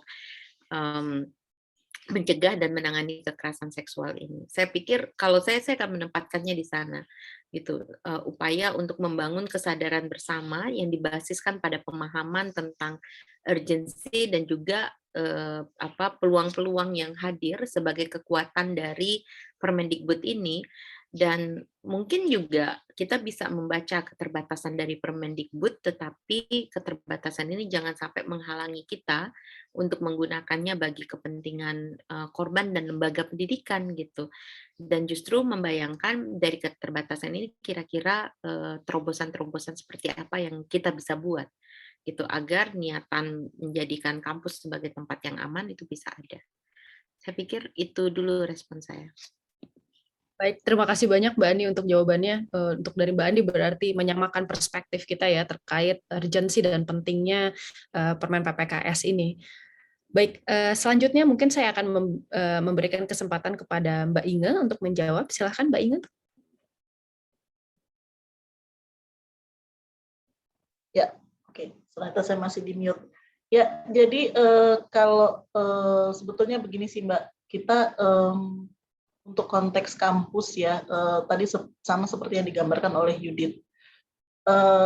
Di awal saya yakin sih di awal ini di awal memang sudah dinamikanya sudah mulai terbentuk gitu ya. Jadi yang pro ada, yang kontra juga ada. Tetapi kemudian gimana caranya sih sebetulnya menjelaskan kepada ya yang bertahan tetap kontra juga pasti ada gitu ya, tapi kemudian gimana caranya menjelaskan bahwa ini memang adalah situasi yang sangat urgent terkait dengan kekerasan seksual, sehingga kemudian yang justru perlu dilakukan adalah diimplementasikan segera gitu. Nah, ini proses implementasinya ini nih di kampus yang jadi tantangan juga nih, karena pasti akan terkait dengan kalau di kami itu sih lebih diskusinya pasti akan lebih berat di bagaimana kemudian dengan pembiayaan, siapa yang kemudian nanti akan masuk ke dalam UPT itu gitu ya, unit pelayanan terpadu itu, kemudian UPT itu nanti strukturnya akan mau ditaruh di mana dan sebagainya, karena ini juga suatu tantangan baru lagi gitu.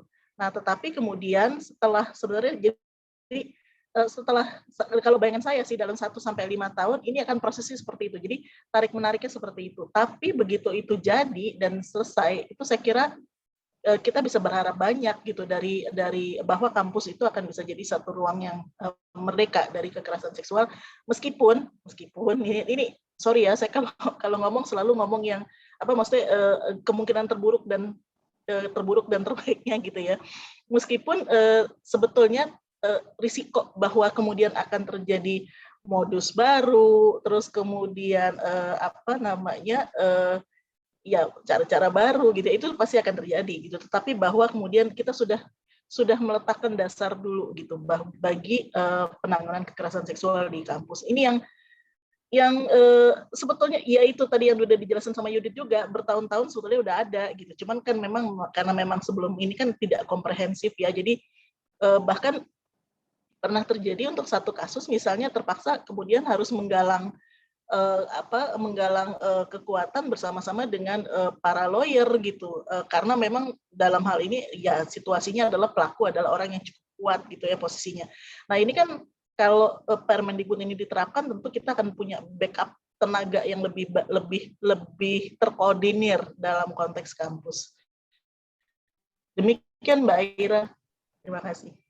Terima kasih banyak Mbak Inge. Berarti ini meresmikan lah ya ini advokasi di kampus, karena selama ini sifatnya masih bersifat sporadik. Jadi saya kira jawaban sebenarnya ada kesempatan sebenarnya yang ditimbulkan dan dibuka oleh Permen PPKS ini kemudian mengintegrasikannya nggak cuma dari bagian yang paralel dari kampus, tetapi sesuatu yang sebenarnya di dalam kampusnya itu sendiri ya, terintegrasi. Baik, terima kasih Mbak Inge untuk jawabannya. Baik, selanjutnya mungkin Kak Judith, silahkan. Apakah ada jawaban dari Kak Judith? Sebenarnya udah cukup komprehensif sih yang disampaikan Mbak Andi sama Bu Inge. Mungkin kalau aku boleh nambahin dikit, what's next kalau dari mahasiswa sih kawal isu ya, karena sebenarnya beda dengan RUU PKS yang dimana masih perlu dikawal banget supaya DPR akhirnya mengesahkan. Kalau ini kan sebenarnya udah sah gitu ya, cuma ditakutkannya kalau nggak dikawal dengan semua kontra-kontra yang berputar di narasi melegalkan zina, melegalkan LGBTQIA, nanti malah akhirnya akan dicabut gitu.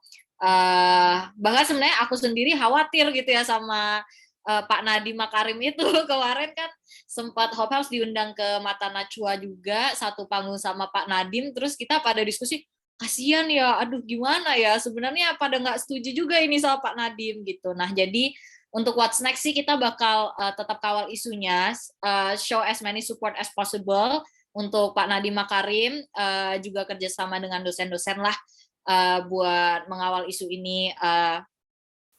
Untuk kedepannya juga untuk benar-benar mempelajari, karena aku yakin dari Permendikbudristek ini juga akan mempengaruhi cara Hope House bekerja, cara pendampingan kita, dan cara kita bekerja sama dengan kampus untuk memberikan pendampingan korban. Jadi kalau dari Hope House sendiri, ya itu sih dua itu, kawal isu sama pelajari benar-benar supaya nanti pendampingan kita nggak ada yang backlash sama Permendikbud. Itu sih Mbak Aira kurang lebih. Baik, terima kasih Kak Judith. Nah, ini menarik ya. Berarti memang kita harus juga ya memperkuat koordinasi gitu. Jangan sampai kemudian suara kita tuh sporadik, satu kampus bilang apa, satu kampus bilang apa, tapi sebenarnya harus ada jaringan ya yang kemudian bisa menyamakan suara kita gitu, sehingga sebenarnya dari kampus sendiri suaranya bulat. Memang kami ini butuh gitu PKS gitu. Mbak Ira, aku boleh nambahin nggak? Silakan Mbak Inge.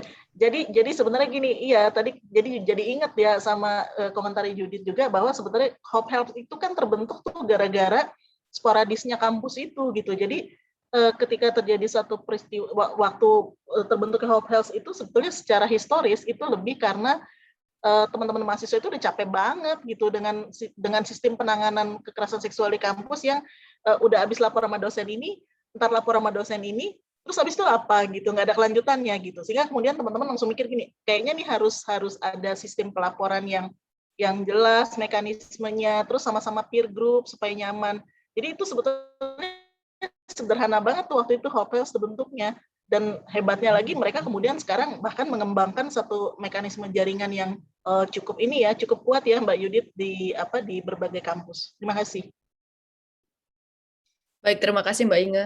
Dan memang banyak sekali mahasiswa yang terbantu ya sampai hari ini dengan Hope Help. Saya sendiri termasuk pernah berada di dalam posisi di advokasi ini sama Mbak Inge waktu itu. Dan sebenarnya memang kekhawatiran dulu memang sebelum ada Hope Helps ini kita merasa waktu itu korban itu pasti merasa rentan karena merasa tidak ada tempat untuk mengadu sebenarnya di lingkup kampus ya. Baik, terima kasih banyak Mbak Inge, Kak Judith, dan Mbak Andi untuk jawabannya. Ini sangat menginspirasi ya. Nah, selanjutnya ini mungkin kita sudah mendapatkan pertanyaan dari floor. Nah, lalu kemudian ini ada pertanyaan sebenarnya beberapa ini menarik sekali nih. Mungkin pertanyaan pertama nih, saya rasa ini cocok banget nih untuk dijawab sama Mbak Inge. Ini pertanyaannya adalah, bagaimana mengubah perspektif mengenai penanganan KS jika banyak pimpinan fakultas yang justru memahami KS sebagai bagian yang terpisah dari sisi akademik, terutama bagi kampus yang masih belum sadar akan pentingnya isu ini bagi kampus. Jika masih banyak terbentur pada pimpinan yang berpikir seperti itu, apa yang kira-kira harus kita lakukan? Baik, saya coba jawab ya. Mungkin nanti Mbak Yudit juga bisa kasih clue juga. Jadi pengalaman kami adalah memang sebetulnya perjalanan penanganan KS ini di UI pun tidak selalu mulus gitu. Jadi Mbak Aira juga bersama-sama dengan saya mengawal beberapa kasus ya. Nah, jadi seringkali kemudian ini juga patah gitu karena misalnya menurut pimpinan prodinya misalnya ini nggak penting gitu, atau ini mah bukan KS gitu, ini bagian dari bagian dari berpacaran. Iya, emang dia nggak tahu itu ada istilahnya KDP gitu ya, seperti itu. Nah, dalam situasi seperti itu biasanya yang dilakukan itu adalah kemudian ini kita masif nih untuk menggalang jaringan, termasuk juga kadang-kadang dari fakultas lain gitu ya, misalnya dari psikologi gitu, untuk memberikan semacam dukungan dari perspektif psikologis. Kemudian juga jadi kita memang bikin kayak semacam statement bersama biasanya pada kasus-kasus tertentu. Nah, terus kemudian juga bahkan kalau bisa kita sebetulnya cari, kalau tadi Mbak Judit pakai istilahnya champion, kalau saya sih pakai istilahnya tuh orang yang kebetulan mata hatinya kebuka, gitu ya. Nah, jadi kita ngomong sama orang itu gitu, meskipun dia mungkin menurut kita ini orang kayaknya perspektif ininya kurang deh gitu ya, perspektif gendernya kurang gitu, tapi ternyata dia punya empati gitu, dan itu yang penting sebetulnya. Jadi kita ngomong, terus kemudian kita bilang, Pak, Bu, ini kita butuh bantuan untuk A, B, C. Bahkan pada beberapa kasus itu ya, para pejabat ini kemudian akhirnya jadi ngeh dan kemudian cenderung lapor, sehingga kemudian lucu juga bahwa ada tuduhan bahwa gila ya fakultas ini ternyata KS-nya banyak, padahal bukan banyak, tapi pimpinannya ternyata sudah berubah pikirannya sehingga kemudian merasa bahwa ini harus diselesaikan. Dan itu buat saya satu hal yang justru itu memperlihatkan adanya satu komunitas yang justru malah berangsur menjadi sehat gitu, karena hal-hal yang kayak gitu tuh justru dianggap mulai disadari bahwa itu adalah nggak benar gitu. Nah, itu yang justru kita bangun gitu. Jadi memang itu Mbak, satu, perkuat jaringan gitu ya. Kalau perlu itu bukan pinjem tangan orang lain, tapi mungkin perlu untuk misalnya menggandeng kayak teman-teman dari LBH di sekitar, atau teman-teman dari penyedia layanan psikologisnya gitu ya. Kemudian kampanye gitu, sama terus kemudian cari itu tadi yang orang yang punya yang mata hatinya terbuka sehingga kemudian dia akan juga ikut mendukung untuk misalnya menyuarakan isu yang menimpa korban. Nah, sebetulnya juga ini tadi, sorry Mbak, saya agak kelewat tadi juga dia pertanyaannya. Oke. Nah, kemudian sebetulnya penting juga gini, kalau ternyata si pimpinan ini masih belum dong gitu ya, belum ngeh, mungkin kita bisa mulai justru dengan menyelipkan proses edukasinya itu kita selipin di kegiatan-kegiatan kemahasiswaan. Kayak misalnya saya nggak tahu apakah kemudian teman-teman bisa bikin kayak semacam lomba, atau misalnya lomba mood court atau apa yang memang sense-nya itu ke penanganan kekerasan seksual ini gitu. Jadi diharapkan justru pelan-pelan orang ini kemudian akan, oh ternyata ini penting ya di kampus. Tapi saya rasa setelah Permendikbud ini, semoga Permendikbud ini juga nggak dicabut ya, gitu kita lawan. Nah, dengan Permendikbud ini mau nggak mau kampus terpaksa harus mendukung gitu, karena memang yang ya nggak ada cara lain, ini udah sangat urgent, kemudian juga angka kekerasannya makin naik dan sebagainya. Terima kasih Mbak Aira. Terima kasih juga kepada siapa tadi yang memberikan pertanyaan. Baik, terima kasih banyak Mbak Inga untuk jawabannya. Berarti memang penting ya untuk memperkuat jejaring, dan kemudian kita juga perlu ya mengintegrasikan mungkin bahkan kalau langkah panjangnya ya bahkan ke dalam kurikulum ya Mbak ya, untuk membuat sebuah universitas yang ramah gender dan memang mahasiswa. Benar banget Mbak. punya dasar yang kuat gitu, pengetahuan yang kuat terkait tadi ya gender equality, lalu kemudian tadi terkait konsen dan terkait konsep-konsep lainnya yang penting untuk diketahui. Karena selama ini Mbak memang edukasi terkait pendidikan seksual di Indonesia masih sangat kurang. Gitu. Kalau misalnya seandainya di level SMP SMA tidak bisa memenuhi tuntutan itu, mungkin di level universitas ini bisa jadi pionir untuk melakukan itu. Nggak apa-apa, agak telat, yang penting ada gitu. Sebenarnya. Baik, terima kasih banyak Mbak Inge atas jawabannya. Mungkin Kak Judith mau menambahkan terkait jawabannya Mbak Inge. Kalau dari perspektif Kak Judith yang berkecimpung ya di dunia advokasi mahasiswa, kira-kira bagaimana nih caranya Kak Judith?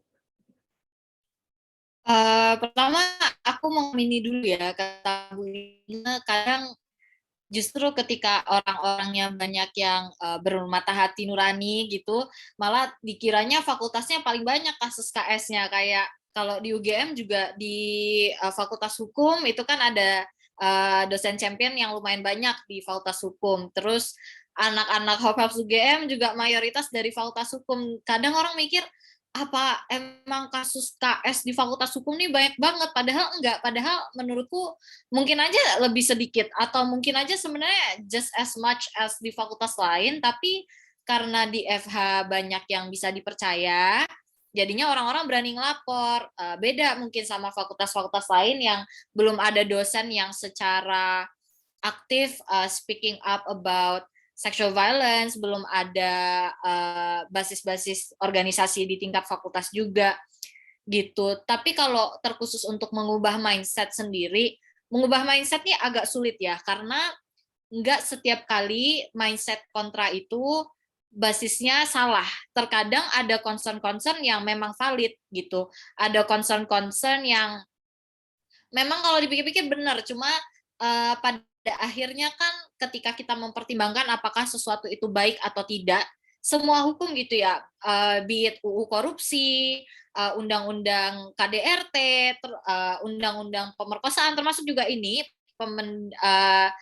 Permendikbud gitu, pasti itu ada plus minusnya. Tapi kan pada akhirnya kita mempertimbangkan apa yang baik dan buruk adalah kita pertimbangkan, does the benefit overweigh the harm gitu. Apakah benefit yang ditawarkan oleh suatu peraturan itu jauh-jauh lebih besar dibandingkan harm yang mungkin akan tercipta gitu. Nah, kalau dari kita sendiri di Hophaps itu ya dalam mengubah pandangan, kita lihat sih kayak pandangan tersebut datangnya dari mana dan apakah itu ada dalam basis yang bisa didebat gitu. Biasanya kalau perdebatannya berputar di agama, kita agak menjauhi, takutnya menyinggung. Tapi kalau perdebatannya berputar di sekitar pasal-pasal,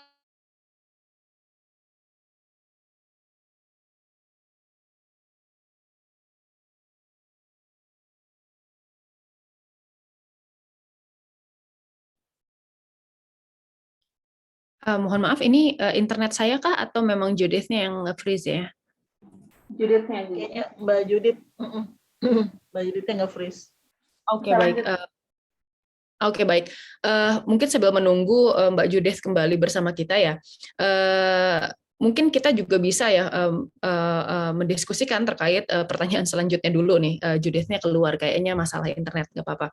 Baik, selanjutnya kalau tadi kita sudah membicarakan ya terkait tadi ya ada perspektif di lingkungan kampus, lalu bagaimana strateginya mengubah perspektif. Ini ada pertanyaan juga sebenarnya ke Mbak Andi nih. Kira-kira nih ini maaf.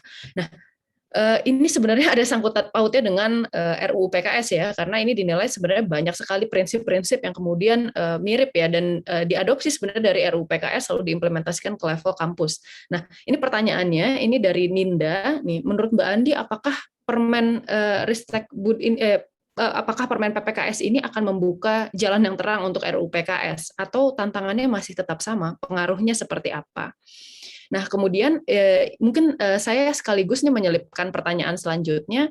Kira-kira ini kalau misalnya di institusi lain ini seperti apa statistik penanganan kekerasan seksualnya? Adakah statistik sederhana, misal jumlah kasus KS di kampus versus misalnya di lingkungan lain seperti pemerintahan, BUMN, swasta, dan juga institusi lain yang lekat dengan relasi kuasa?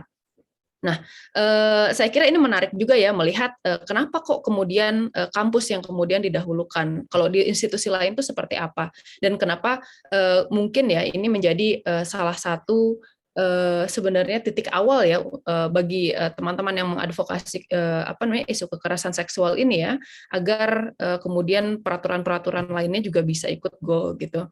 Baik, mungkin tadi ada 2 pertanyaan ya berarti ya. Silahkan waktu dan tempat Mbak Andi. Terima kasih, Aira. Saya mau jawab dari nomor 2 dulu nih, karena ada kaitannya dengan yang dijawab oleh Judith sebetulnya soal ketika sebuah tempat dia menjadi lebih kondusif, ada kebijakan yang memang bisa jadi cantolan, terus ada mekanismenya, ada orang-orang yang diketahui memang akan memberikan bukan hanya bahu dan telinga gitu ya untuk mendengarkan, tetapi juga berupaya bersama memperjuangkan keadilan dan pemulihan, itu akan meningkatkan kepercayaan dari pihak korban untuk melaporkan kasusnya. Karena itu angka kekerasan yang dilaporkan bisa jadi lebih tinggi di situasi-situasi tersebut. Seperti juga tadi dicontohkan oleh Judith ya, jadi di kampusnya berarti di Fakultas Hukum yang akan lebih banyak gitu. Nah ini sama kayak di tingkat nasional. Mengapa kasus kekerasan di dalam rumah tangga menjadi mayoritas dari angka yang dilaporkan?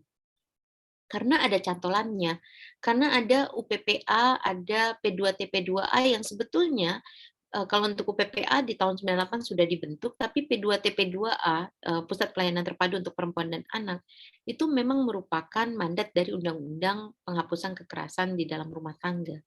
Dan yang orang yang tadinya nggak tahu bahwa, oh itu kekerasan ya, oh itu sebuah tindakan pidana ya, saya bisa melaporkan dan negara ini harus serius menanganinya, kemudian merasa perlu untuk melaporkannya. Nah, jadi di dalam membaca statistik memang ini juga saya sampaikan di Bappenas dalam kapasitas waktu Komnas Perempuan ya, sebagai ketua kan saya hadir untuk planning bersama gitu lintas institusi. Saya mengingatkan bahwa jangan pernah menggunakan data pelaporan itu sebagai indikator keberhasilan program. Jadi dia bukan soal naik turunnya pelaporan, pelaporan naik itu justru bisa menjadi indikator positif. Bukan berarti dari waktu ke waktu, kan kayak gitu ya, kok ini udah ada undang-undangnya malah jadi tinggi sih pelaporannya. Jangan sampai juga kita berpikir, oh kok karena ada Permendikbudnya malah lebih banyak orang yang melaporkan gitu. Jangan keliru meletakkan posisi statistiknya gitu. Karena justru ada Permendikbud menyebabkan orang lebih confident, lebih percaya diri untuk bisa menyampaikan apa yang dia alami gitu. Nah, itu jadi sangat penting sekali.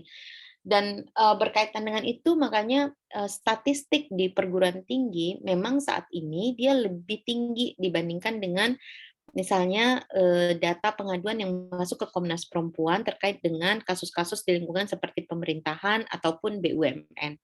Kalau untuk swasta, di perusahaan-perusahaan itu lebih banyak memang yang melaporkan terkait pelecehan seksual di tempat kerja ya. Dan kita tahu itu karena di dalam sudah ada juga peraturan dari Menteri Tenaga Kerja dan Transmigrasi di tahun 2011 yang mengatur soal bagaimana caranya mencegah dan menangani kekerasan seksual di tempat kerja. Tetapi justru di BUMN dan pemerintahan ini situasinya belum ada pengaturannya. Tetapi relasi kuasanya juga sangat luar biasa kan. Ini soal orang akan jadi PNS atau tidak. Jadi kalau misalnya dia baru CPNS gitu kan, belum ada pengangkatan, dan kalau dia menjadi korban kekerasan seksual dari orang yang memang akan langsung menjadi pihak yang menentukan apakah dia akan naik jadi PNS atau tidak, itu sulit sekali untuk diangkat. Gitu. Bahkan biasanya mereka melaporkan tetapi tidak mau proses kasusnya dilanjutkan gitu. Karena mereka sangat khawatir bahwa itu akan mempengaruhi status kepegawaiannya. Di BUMN juga belum ada sebetulnya. Kita mencatat ya bahwa ada satu gestur baik dari Pak Erick Thohir waktu itu terkait dengan pelecehan seksual yang terjadi di maskapai nasional gitu kan. Dan kita berharap sebetulnya kemudian akan ada peraturan yang spesifik mengatur bagaimana pencegah dan menangani kekerasan seksual di lingkungan BUMN. Tetapi di lingkungan lembaga pemerintahan, misalnya kasus KPI ya, Komisi Penyiaran Indonesia kan tiba-tiba memunculkan sebuah pengetahuan baru bahwa di lembaga-lembaga publik pun sebetulnya isu kekerasan seksual ini tidak lepas gitu, hanya saja memang jumlahnya jauh lebih sedikit. Tetapi apakah artinya kekerasan seksual di kampus itu jauh lebih tinggi daripada di pemerintahan dan BUMN karena jumlah datanya saat ini memang di perguruan tinggi lebih tinggi, lebih banyak daripada di BUMN dan tempat-tempat lainnya. Menurut saya itu nggak bisa menjadi sebuah kalimat pasti, sama seperti ketika tadi Judith menjelaskan bahwa mengapa tidak bisa berarti di fakultas hukum itu lebih banyak daripada fakultas lainnya gitu.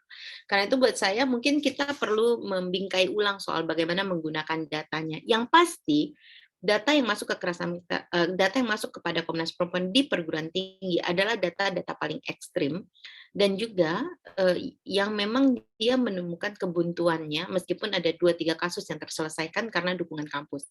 Tapi kalau kita bandingkan misalnya dengan data statistik yang tadi saya jelaskan ya dari Dirjen Pendidikan Islam misalnya yang dalam 1 minggu kurang itu sudah berhasil mengumpulkan 1.011 kasus, 27% dari kasus Komnas Perempuan itu nggak ada apa-apanya.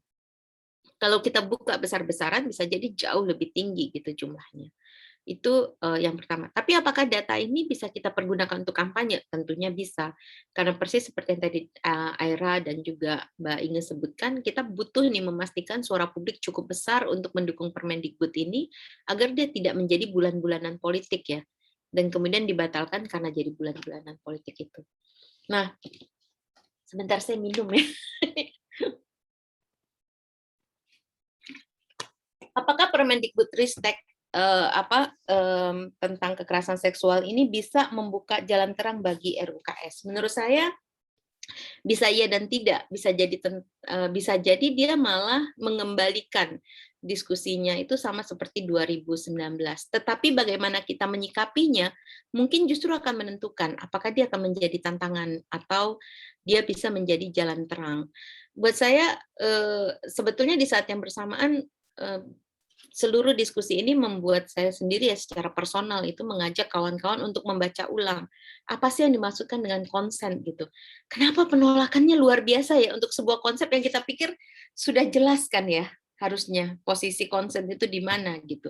Dan saya bakal bilang mungkin nggak ya kita bikin sebuah kajian lintas keilmuan gitu misalnya tentang konsen ini kan sebetulnya banyak sekali ya disampaikan. Misalnya sesederhana kalau kita mau melakukan operasi di rumah sakit, itu kan kita ada lembar yang harus kita tanda tangani ya. Apakah kita setuju tidak dengan tindakan medis ini gitu misalnya, dan apakah kita mengetahui resiko-resikonya dan kita akan share resiko itu gitu dan tidak ini kan ada diskusi soal konsen di sana. Ataupun tentang banyak hal lainnya lah ya, aspek-aspek lainnya, bukan hanya soal medical gitu, tetapi juga terkait dengan misalnya relasi lain, dagang, dan macam-macam gitu. Jadi sebetulnya konsep konsen ini bukan sesuatu yang baru, tetapi ketika dia dikaitkan dengan moralitas, dia seolah-olah menjadi sesuatu yang wajib untuk dipertentangkan, dan sebetulnya dia tidak sebangun dengan diskusi soal struktur hukum itu sendiri. Jadi menurut saya mungkin kalau kita mengembangkan diskusi ini dengan ini apalagi dengan jaringan akademisi gerak bersama nih ya, saya pikir ini akan jadi menarik sekali gitu untuk melihat antar ilmu tuh kita membaca konsen seperti apa sih gitu. Misalnya dalam konseling kan juga ada konsen ya sebetulnya. Di dalam bantuan hukum juga ada konsen. Di dalam banyak hal yang sebenarnya menggunakan kata konsen. Bahkan di dalam undang-undang juga banyak. Kita coba lihat undang-undang tentang penataan lingkungan hidup. Itu kan juga mengenal ya free prior informed consent gitu. Misalnya sebagai sebuah konsep yang diterjemahkan juga di dalam undang-undang kita. Nah, jadi menurut saya dia bisa diskusi tentang Permendikbud-Ristek ini sebetulnya bisa membuka ruang-ruang diskusi lainnya. Hal lain buat saya yang sangat penting adalah tadi beberapa hal yang disampaikan oleh Mbak Inga dan juga Judith soal pemulihan. Karena kita lihat dari draft yang tanggal 30 Agustus kemudian yang Oktober ya, diskusi tentang hak korban ini kan juga sedikit ya di dalam draft yang disampaikan oleh Balek gitu misalnya. Nah, diskusi bagaimana mengimplementasikan Permendikbud yang bukan saja hanya membahas tentang memutus impunitas, tetapi juga bagaimana membangun ruang pemulihan bagi korban, menurut saya bisa menjadi masukan bagi diskusi RUU penghapusan kekerasan seksual. Sama dengan juga bagaimana kita membincang tadi pertanyaan tentang membangun ekosistem yang lebih kondusif untuk mencegah dan menangani kekerasan seksual. Itu kan juga ada ya di dalam RUU tindak pidana kekerasan seksual, nama yang sekarang diperkenalkan oleh Balik gitu, yang sebetulnya belum utuh pengaturannya di dalam draft yang bahkan terakhir hari ini dikeluarkan. Jadi diskusi tentang bagaimana membangun sistem pencegahan di kampus, menurut saya dia bisa diperluas gitu untuk diskusi RUU TPKS ini. Jadi akan betul-betul sangat tergantung bagaimana kita menyikapi diskusi tentang pro kontra Permendikbudristek ini juga dengan lebih konstruktif gitu. Sama seperti menyatakan bahwa yang tidak bersetuju mungkin ada beberapa pertimbangannya yang patut kita refleksikan ulang dan kita temukan gitu sebetulnya cara menjelaskan ataupun landasan-landasan pikir lain yang membantu pihak-pihak yang yang belum begitu paham bisa berganti ataupun bisa lebih memahami mengapa undang-undang ini seperti juga Permendikbudristek dibutuhkan. Itu sih. Tapi betul kata Mbak Inga, bisa jadi juga ya ada yang memang secara ideologis akan tetap aja melawan gitu ya, akan tetap saja tidak bersepakat ataupun secara politis dia memang perlu menyatakan ketidaksepakatannya demi tujuan mengambil voters untuk tahun politik. Sangat mungkin. Baik, terima kasih banyak Mbak Andi untuk jawabannya. Menarik banget nih kalau kita membahas ya. Kalau kita membahas juga nih misalnya seluk-beluk perpolitikan terkait RUU PKS, ya mungkin kita semua sudah tahu ya, pasti nggak mungkin ini murni ya, karena memang isu permasalahan satu kalimat misalnya konsen saja, tetapi pasti ada juga ya orang-orang yang kemudian menunggangi isu ini kemudian untuk mendapatkan kepentingan politik. Tapi yang bisa kita lihat di sini sebenarnya sih ya jangan sampai kepentingan politik itu pada akhirnya ya mengorbankan hak teman-teman kita di lingkungan kampus untuk mendapatkan lingkungan belajar yang aman gitu. Baik, terima kasih banyak Mbak Andi untuk sharingnya. Nah, teman-teman mungkin karena ini waktunya sudah 20.52 kalau di tempat saya, padahal ini kita masih sangat seru ya diskusinya. Mungkin kita akan masuk ke sesi akhir, yaitu closing statement dari masing-masing pembicara. Tadi kita sudah mendengarkan paparannya, mungkin sekarang kita akan mencoba untuk mendengarkan hal terakhir mungkin ya, yang bisa disampaikan terkait implementasi Permen PPKS ini. Silakan, mungkin saya akan mengundang Mbak Andi untuk memberikan closing statement, Mbak. Terima kasih, Aira. Saya pikir saya ingin menutup diskusi kita pada malam hari ini dengan menitipkan ke Mbak Inga, Mbak Judith, Mbak Aira, dan teman-teman semua di jaringan akademisi gerak perempuan, tapi juga di dalam lingkungan kampus ya, untuk memastikan implementasi dari Permendikbudristek ini betul-betul dapat dilakukan. Saya tahu di UI yang juga merupakan alma mater saya, sudah berupaya begitu panjangnya ya Mbak Inga ya untuk membuat draft tentang kebijakan di tingkat kampus gitu. Saya pikir ini adalah momentum yang sangat penting untuk memastikan kampus punya kebijakannya. Di tingkat universitas, di tingkat fakultas, bahkan juga di tingkat jurusan, karena di hubungan internasional juga sempat ada setidaknya pembahasan yang saya tahu tentang bagaimana jurusan bisa menyikapi isu kekerasan seksual ini dengan lebih baik gitu.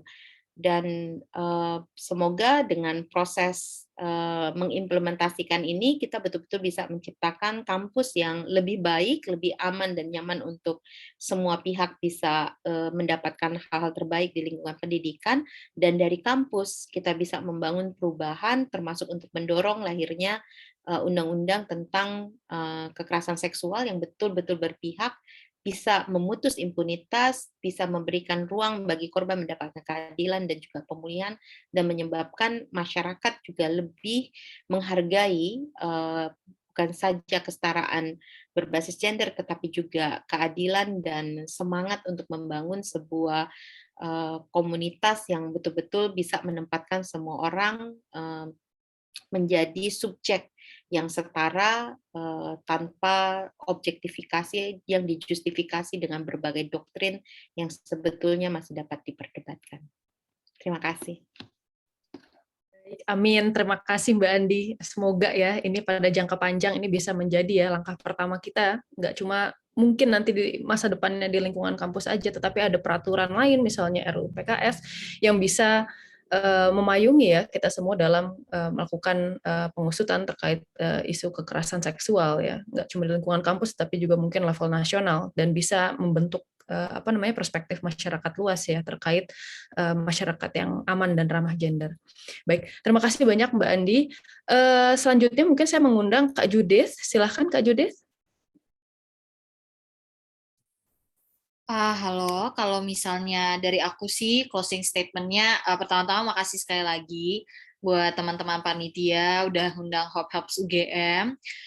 Kalau dari aku semoga teman-teman mahasiswa yang juga hadir pada webinar hari ini bisa nanti ngebantu buat mengawal kasusnya. Terus yang aku pengen bilang sih gini ya, terlepas dari ada atau tidaknya peraturan gitu, yang of course ketika ada sangat berguna. Sebenarnya support system nomor satu korban tuh adalah orang sekitarnya. Jadi mungkin aku titip pesan aja buat semua partisipan yang datang ke webinar hari ini, meskipun kita tidak punya kapasitas atau kita tidak punya quote and quote dalam artian sertifikasi gitu ya sebagai pendamping atau apapun itu, tetapi sebenarnya kita bisa berkontribusi dalam membantu korban.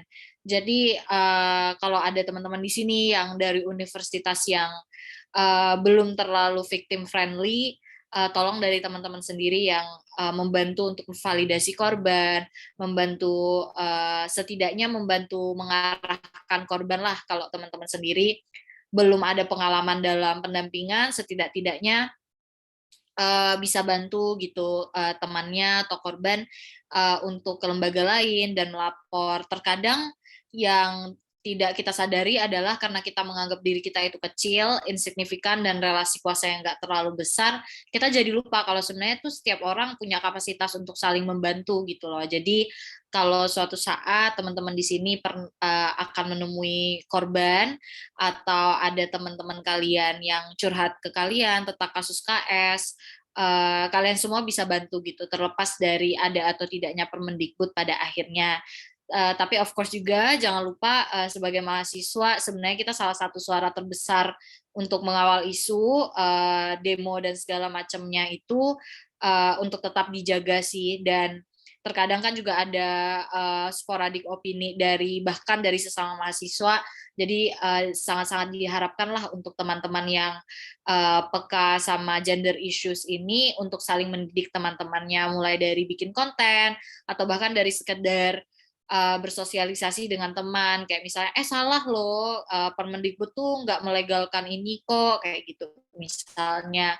Itu sih harapan aku, kita harus mulai dari hal-hal kecil sih, karena again dalam semua kasus apapun itu termasuk kekerasan seksual, kekuatan jaringan itu penting. Dan kadang yang kita tidak sadari itu sebenarnya jaringan kita tuh bukan cuma antara organisasi, bukan cuma antara kampus, tapi sesama kita mahasiswa itu juga jaringan dengan teman-teman sekelas kita, dengan teman-teman praktikum kita, itu juga adalah jaringan. Jadi bagi semua partisipan di sini yang peduli sama isu gender, buatlah jaringan kalian sendiri supaya isu Permendikbud Ristek ini akhirnya tidak jadi gagal. Itu sih kalau dari aku. Makasih Mbak Aira. Baik, terima kasih banyak Kak Judith untuk closing statement-nya. Ini menarik ya, tadi memanfaatkan jaringan dan jangan lupa untuk mulai dari hal-hal yang paling kecil di sekeliling kita gitu. Karena apabila misalnya ada teman kita yang datang gitu, dia curhat sama kita terkait kasus kekerasan seksual yang ditimpanya, kalau bisa kitanya sendiri berhati-hati ya dalam pemilihan kata gitu, karena bisa jadi apa yang kita katakan itu berdampak besar untuk korban kekerasan seksual gitu. Terima kasih banyak Kak Judith untuk sharing-nya dan closing statement-nya.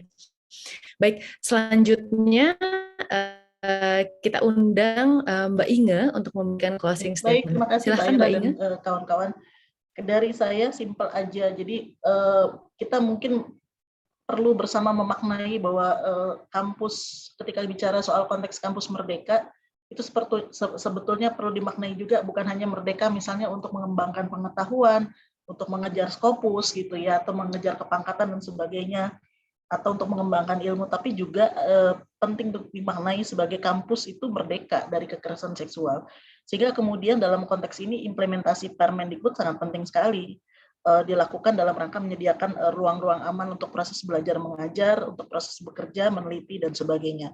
Atau untuk mengembangkan temuan-temuan baru dan pengetahuan yang bermanfaat bagi masyarakat kita. Masa kita di kampus mau uplek, orang Jawa bilang tuh uplek fokus pada diri sendiri aja gitu kan, tentu tidak gitu ya. Jadi kita harus menjadi memberi makna buat masyarakat kita. Nah kemudian dalam rangka menjadi bermakna itu untuk masyarakat, buat kita penting tuh untuk bekerja sama dengan erat, tadi jaringannya soal jaringan, bekerja sama dengan erat dengan stakeholder yang ada di kampus gitu. Jadi dalam hal ini nggak ada yang perlu kemudian merasa lebih unggul, lebih senior, lebih mahfum gitu, kemudian mengklaim bahwa ini adalah pekerjaannya sendiri dan sebagainya.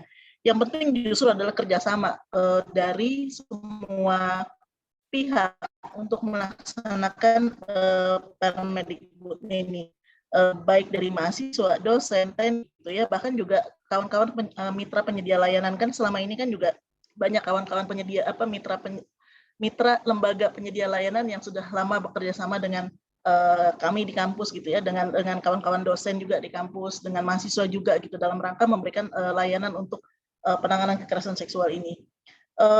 Kemudian juga terakhir mungkin penting dipikirkan juga ya, kalau mau dibilang bahwa Permendikbud ini ala-ala Barat, sebenarnya Permendikbud ini adalah upaya menerjemahkan kewajiban negara melindungi masyarakat sebagaimana tercantum dalam alinea 4 dari Undang-Undang Dasar kita. Jadi dari Barat dari mananya gitu. Nah itu aja dari saya. Terima kasih. Baik, terima kasih banyak Mbak Inge. Saya rasa tadi closing statement-nya Mbak Inge ini mengsam seluruh diskusi kita ya, bahwa Permen PPKS ini sebenarnya ya ini sangat bermanfaat untuk kita di kampus, dan juga sebenarnya di jangka panjangnya mungkin ya kita juga harus berusaha untuk mengajak juga masyarakat sekitar dan melihat bahwa permen ini nggak cuma untuk masyarakat di kampus saja, tapi juga untuk masyarakat luas gitu. Secara mahasiswa di kampus khususnya ya, ini merupakan generasi penerus bangsa yang nantinya akan menjadi pemimpin di masa depan. Baik, terima kasih banyak Mbak Inge, Mbak Andi, Kak Judith untuk sharingnya. Sebelum menutup acara mungkin izinkan saya untuk menyimpulkan diskusi kita kali ini. Yang pertama adalah bahwa memang Permen PPKS ini merupakan sebuah terobosan ya yang dikeluarkan untuk menjadi payung hukum kasus-kasus kekerasan seksual yang ada di lingkungan kampus. Selama ini penanganannya ini masih bersifat sporadik dan dilakukan secara parsial, tetapi dengan adanya PPKS ini mungkin bisa menekan justru kampus ya untuk membangun infrastruktur dan juga kemudian merombak culture-nya menjadi lebih ramah gender. Infrastruktur yang saya maksud mungkin dari segi keorganisasian dan juga dari segi perangkat penanganan kekerasan seksual ya. Apakah akan dibentuk misalnya kerangka hukum baru, ataukah misalnya akan dibentuk misalnya pansus penanganan kekerasan seksual. Lalu yang kedua, ini kita masih menghadapi tantangan eksternal dan internal juga mungkin ya di beberapa kampus pasti terkait kasus kekerasan seksual. Tetapi memang kita harus memanfaatkan juga ini ada network tadi dari seluruh universitas seluruh di Indonesia. Lalu kemudian kita juga harus memanfaatkan ya lingkungan pertemanan kita sehari-hari dan apa yang bisa kita lakukan ya di lingkup sehari-hari.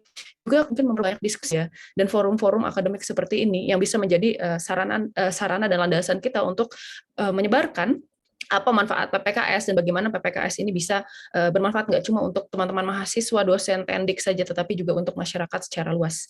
Nah, lalu yang terakhir mungkin saya akan tambahkan nih, mungkin terkait Universitas Islam ya. Selama ini masih sangat minim sekali nih diskusi yang kemudian merangkul Universitas Islam gitu.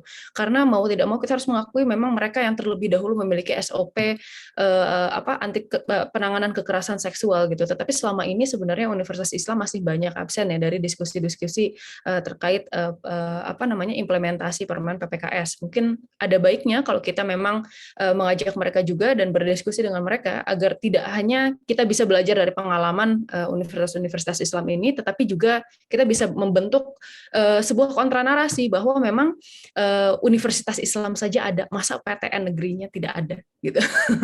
Jadi kita harus melihat bahwa memang PPKS ini tidak bertentangan dengan norma sosial dan norma agama, tetapi justru melindungi orang yang memilih untuk tidak melakukan hubungan seksual ya atau aktivitas seksual atas dasar prinsip agama gitu. Jadi justru melindungi abstinence jika memang ada individual yang menginginkan hal tersebut gitu. Baik, saya rasa ini sudah menjadi diskusi yang menarik. Sekali lagi saya ucapkan terima kasih banyak atas kehadiran dan kesediaannya nih Mbak Andi, Mbak Inge, Kak Judith untuk kehadirannya. Mungkin dengan ini saya izin untuk menutup acaranya. Sekali lagi saya ucapkan juga untuk teman-teman yang sudah aktif terlibat di dalam diskusi hari ini. Saya mau mengingatkan juga jangan lupa teman-teman untuk follow juga akun sosial medianya Aksi Gerak. Ini ada di @aksigerak, kami ada di Twitter dan ada di Instagram. Biasanya kami melakukan aksi Selasaan itu setiap bulan ya, jadi akan ada diskusi-diskusi terkait isu-isu terbaru, teman-teman bisa cek di sana dan kami akan membahas mengenai diskusi-diskusi terkait masalah perempuan dan biasanya isu sosial ya, yang ada di Indonesia.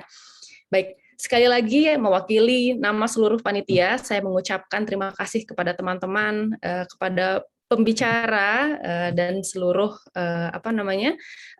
mungkin sivitas akademik yang hadir ya di dalam diskusi kali ini nih, yang menjadi tonggak utama nih pelaksanaan Permen PPKS. Sekali lagi saya ucapkan terima kasih dari dasar hati saya yang sedalam-dalamnya. Dengan ini saya tutup diskusinya. Terima kasih dan selamat malam.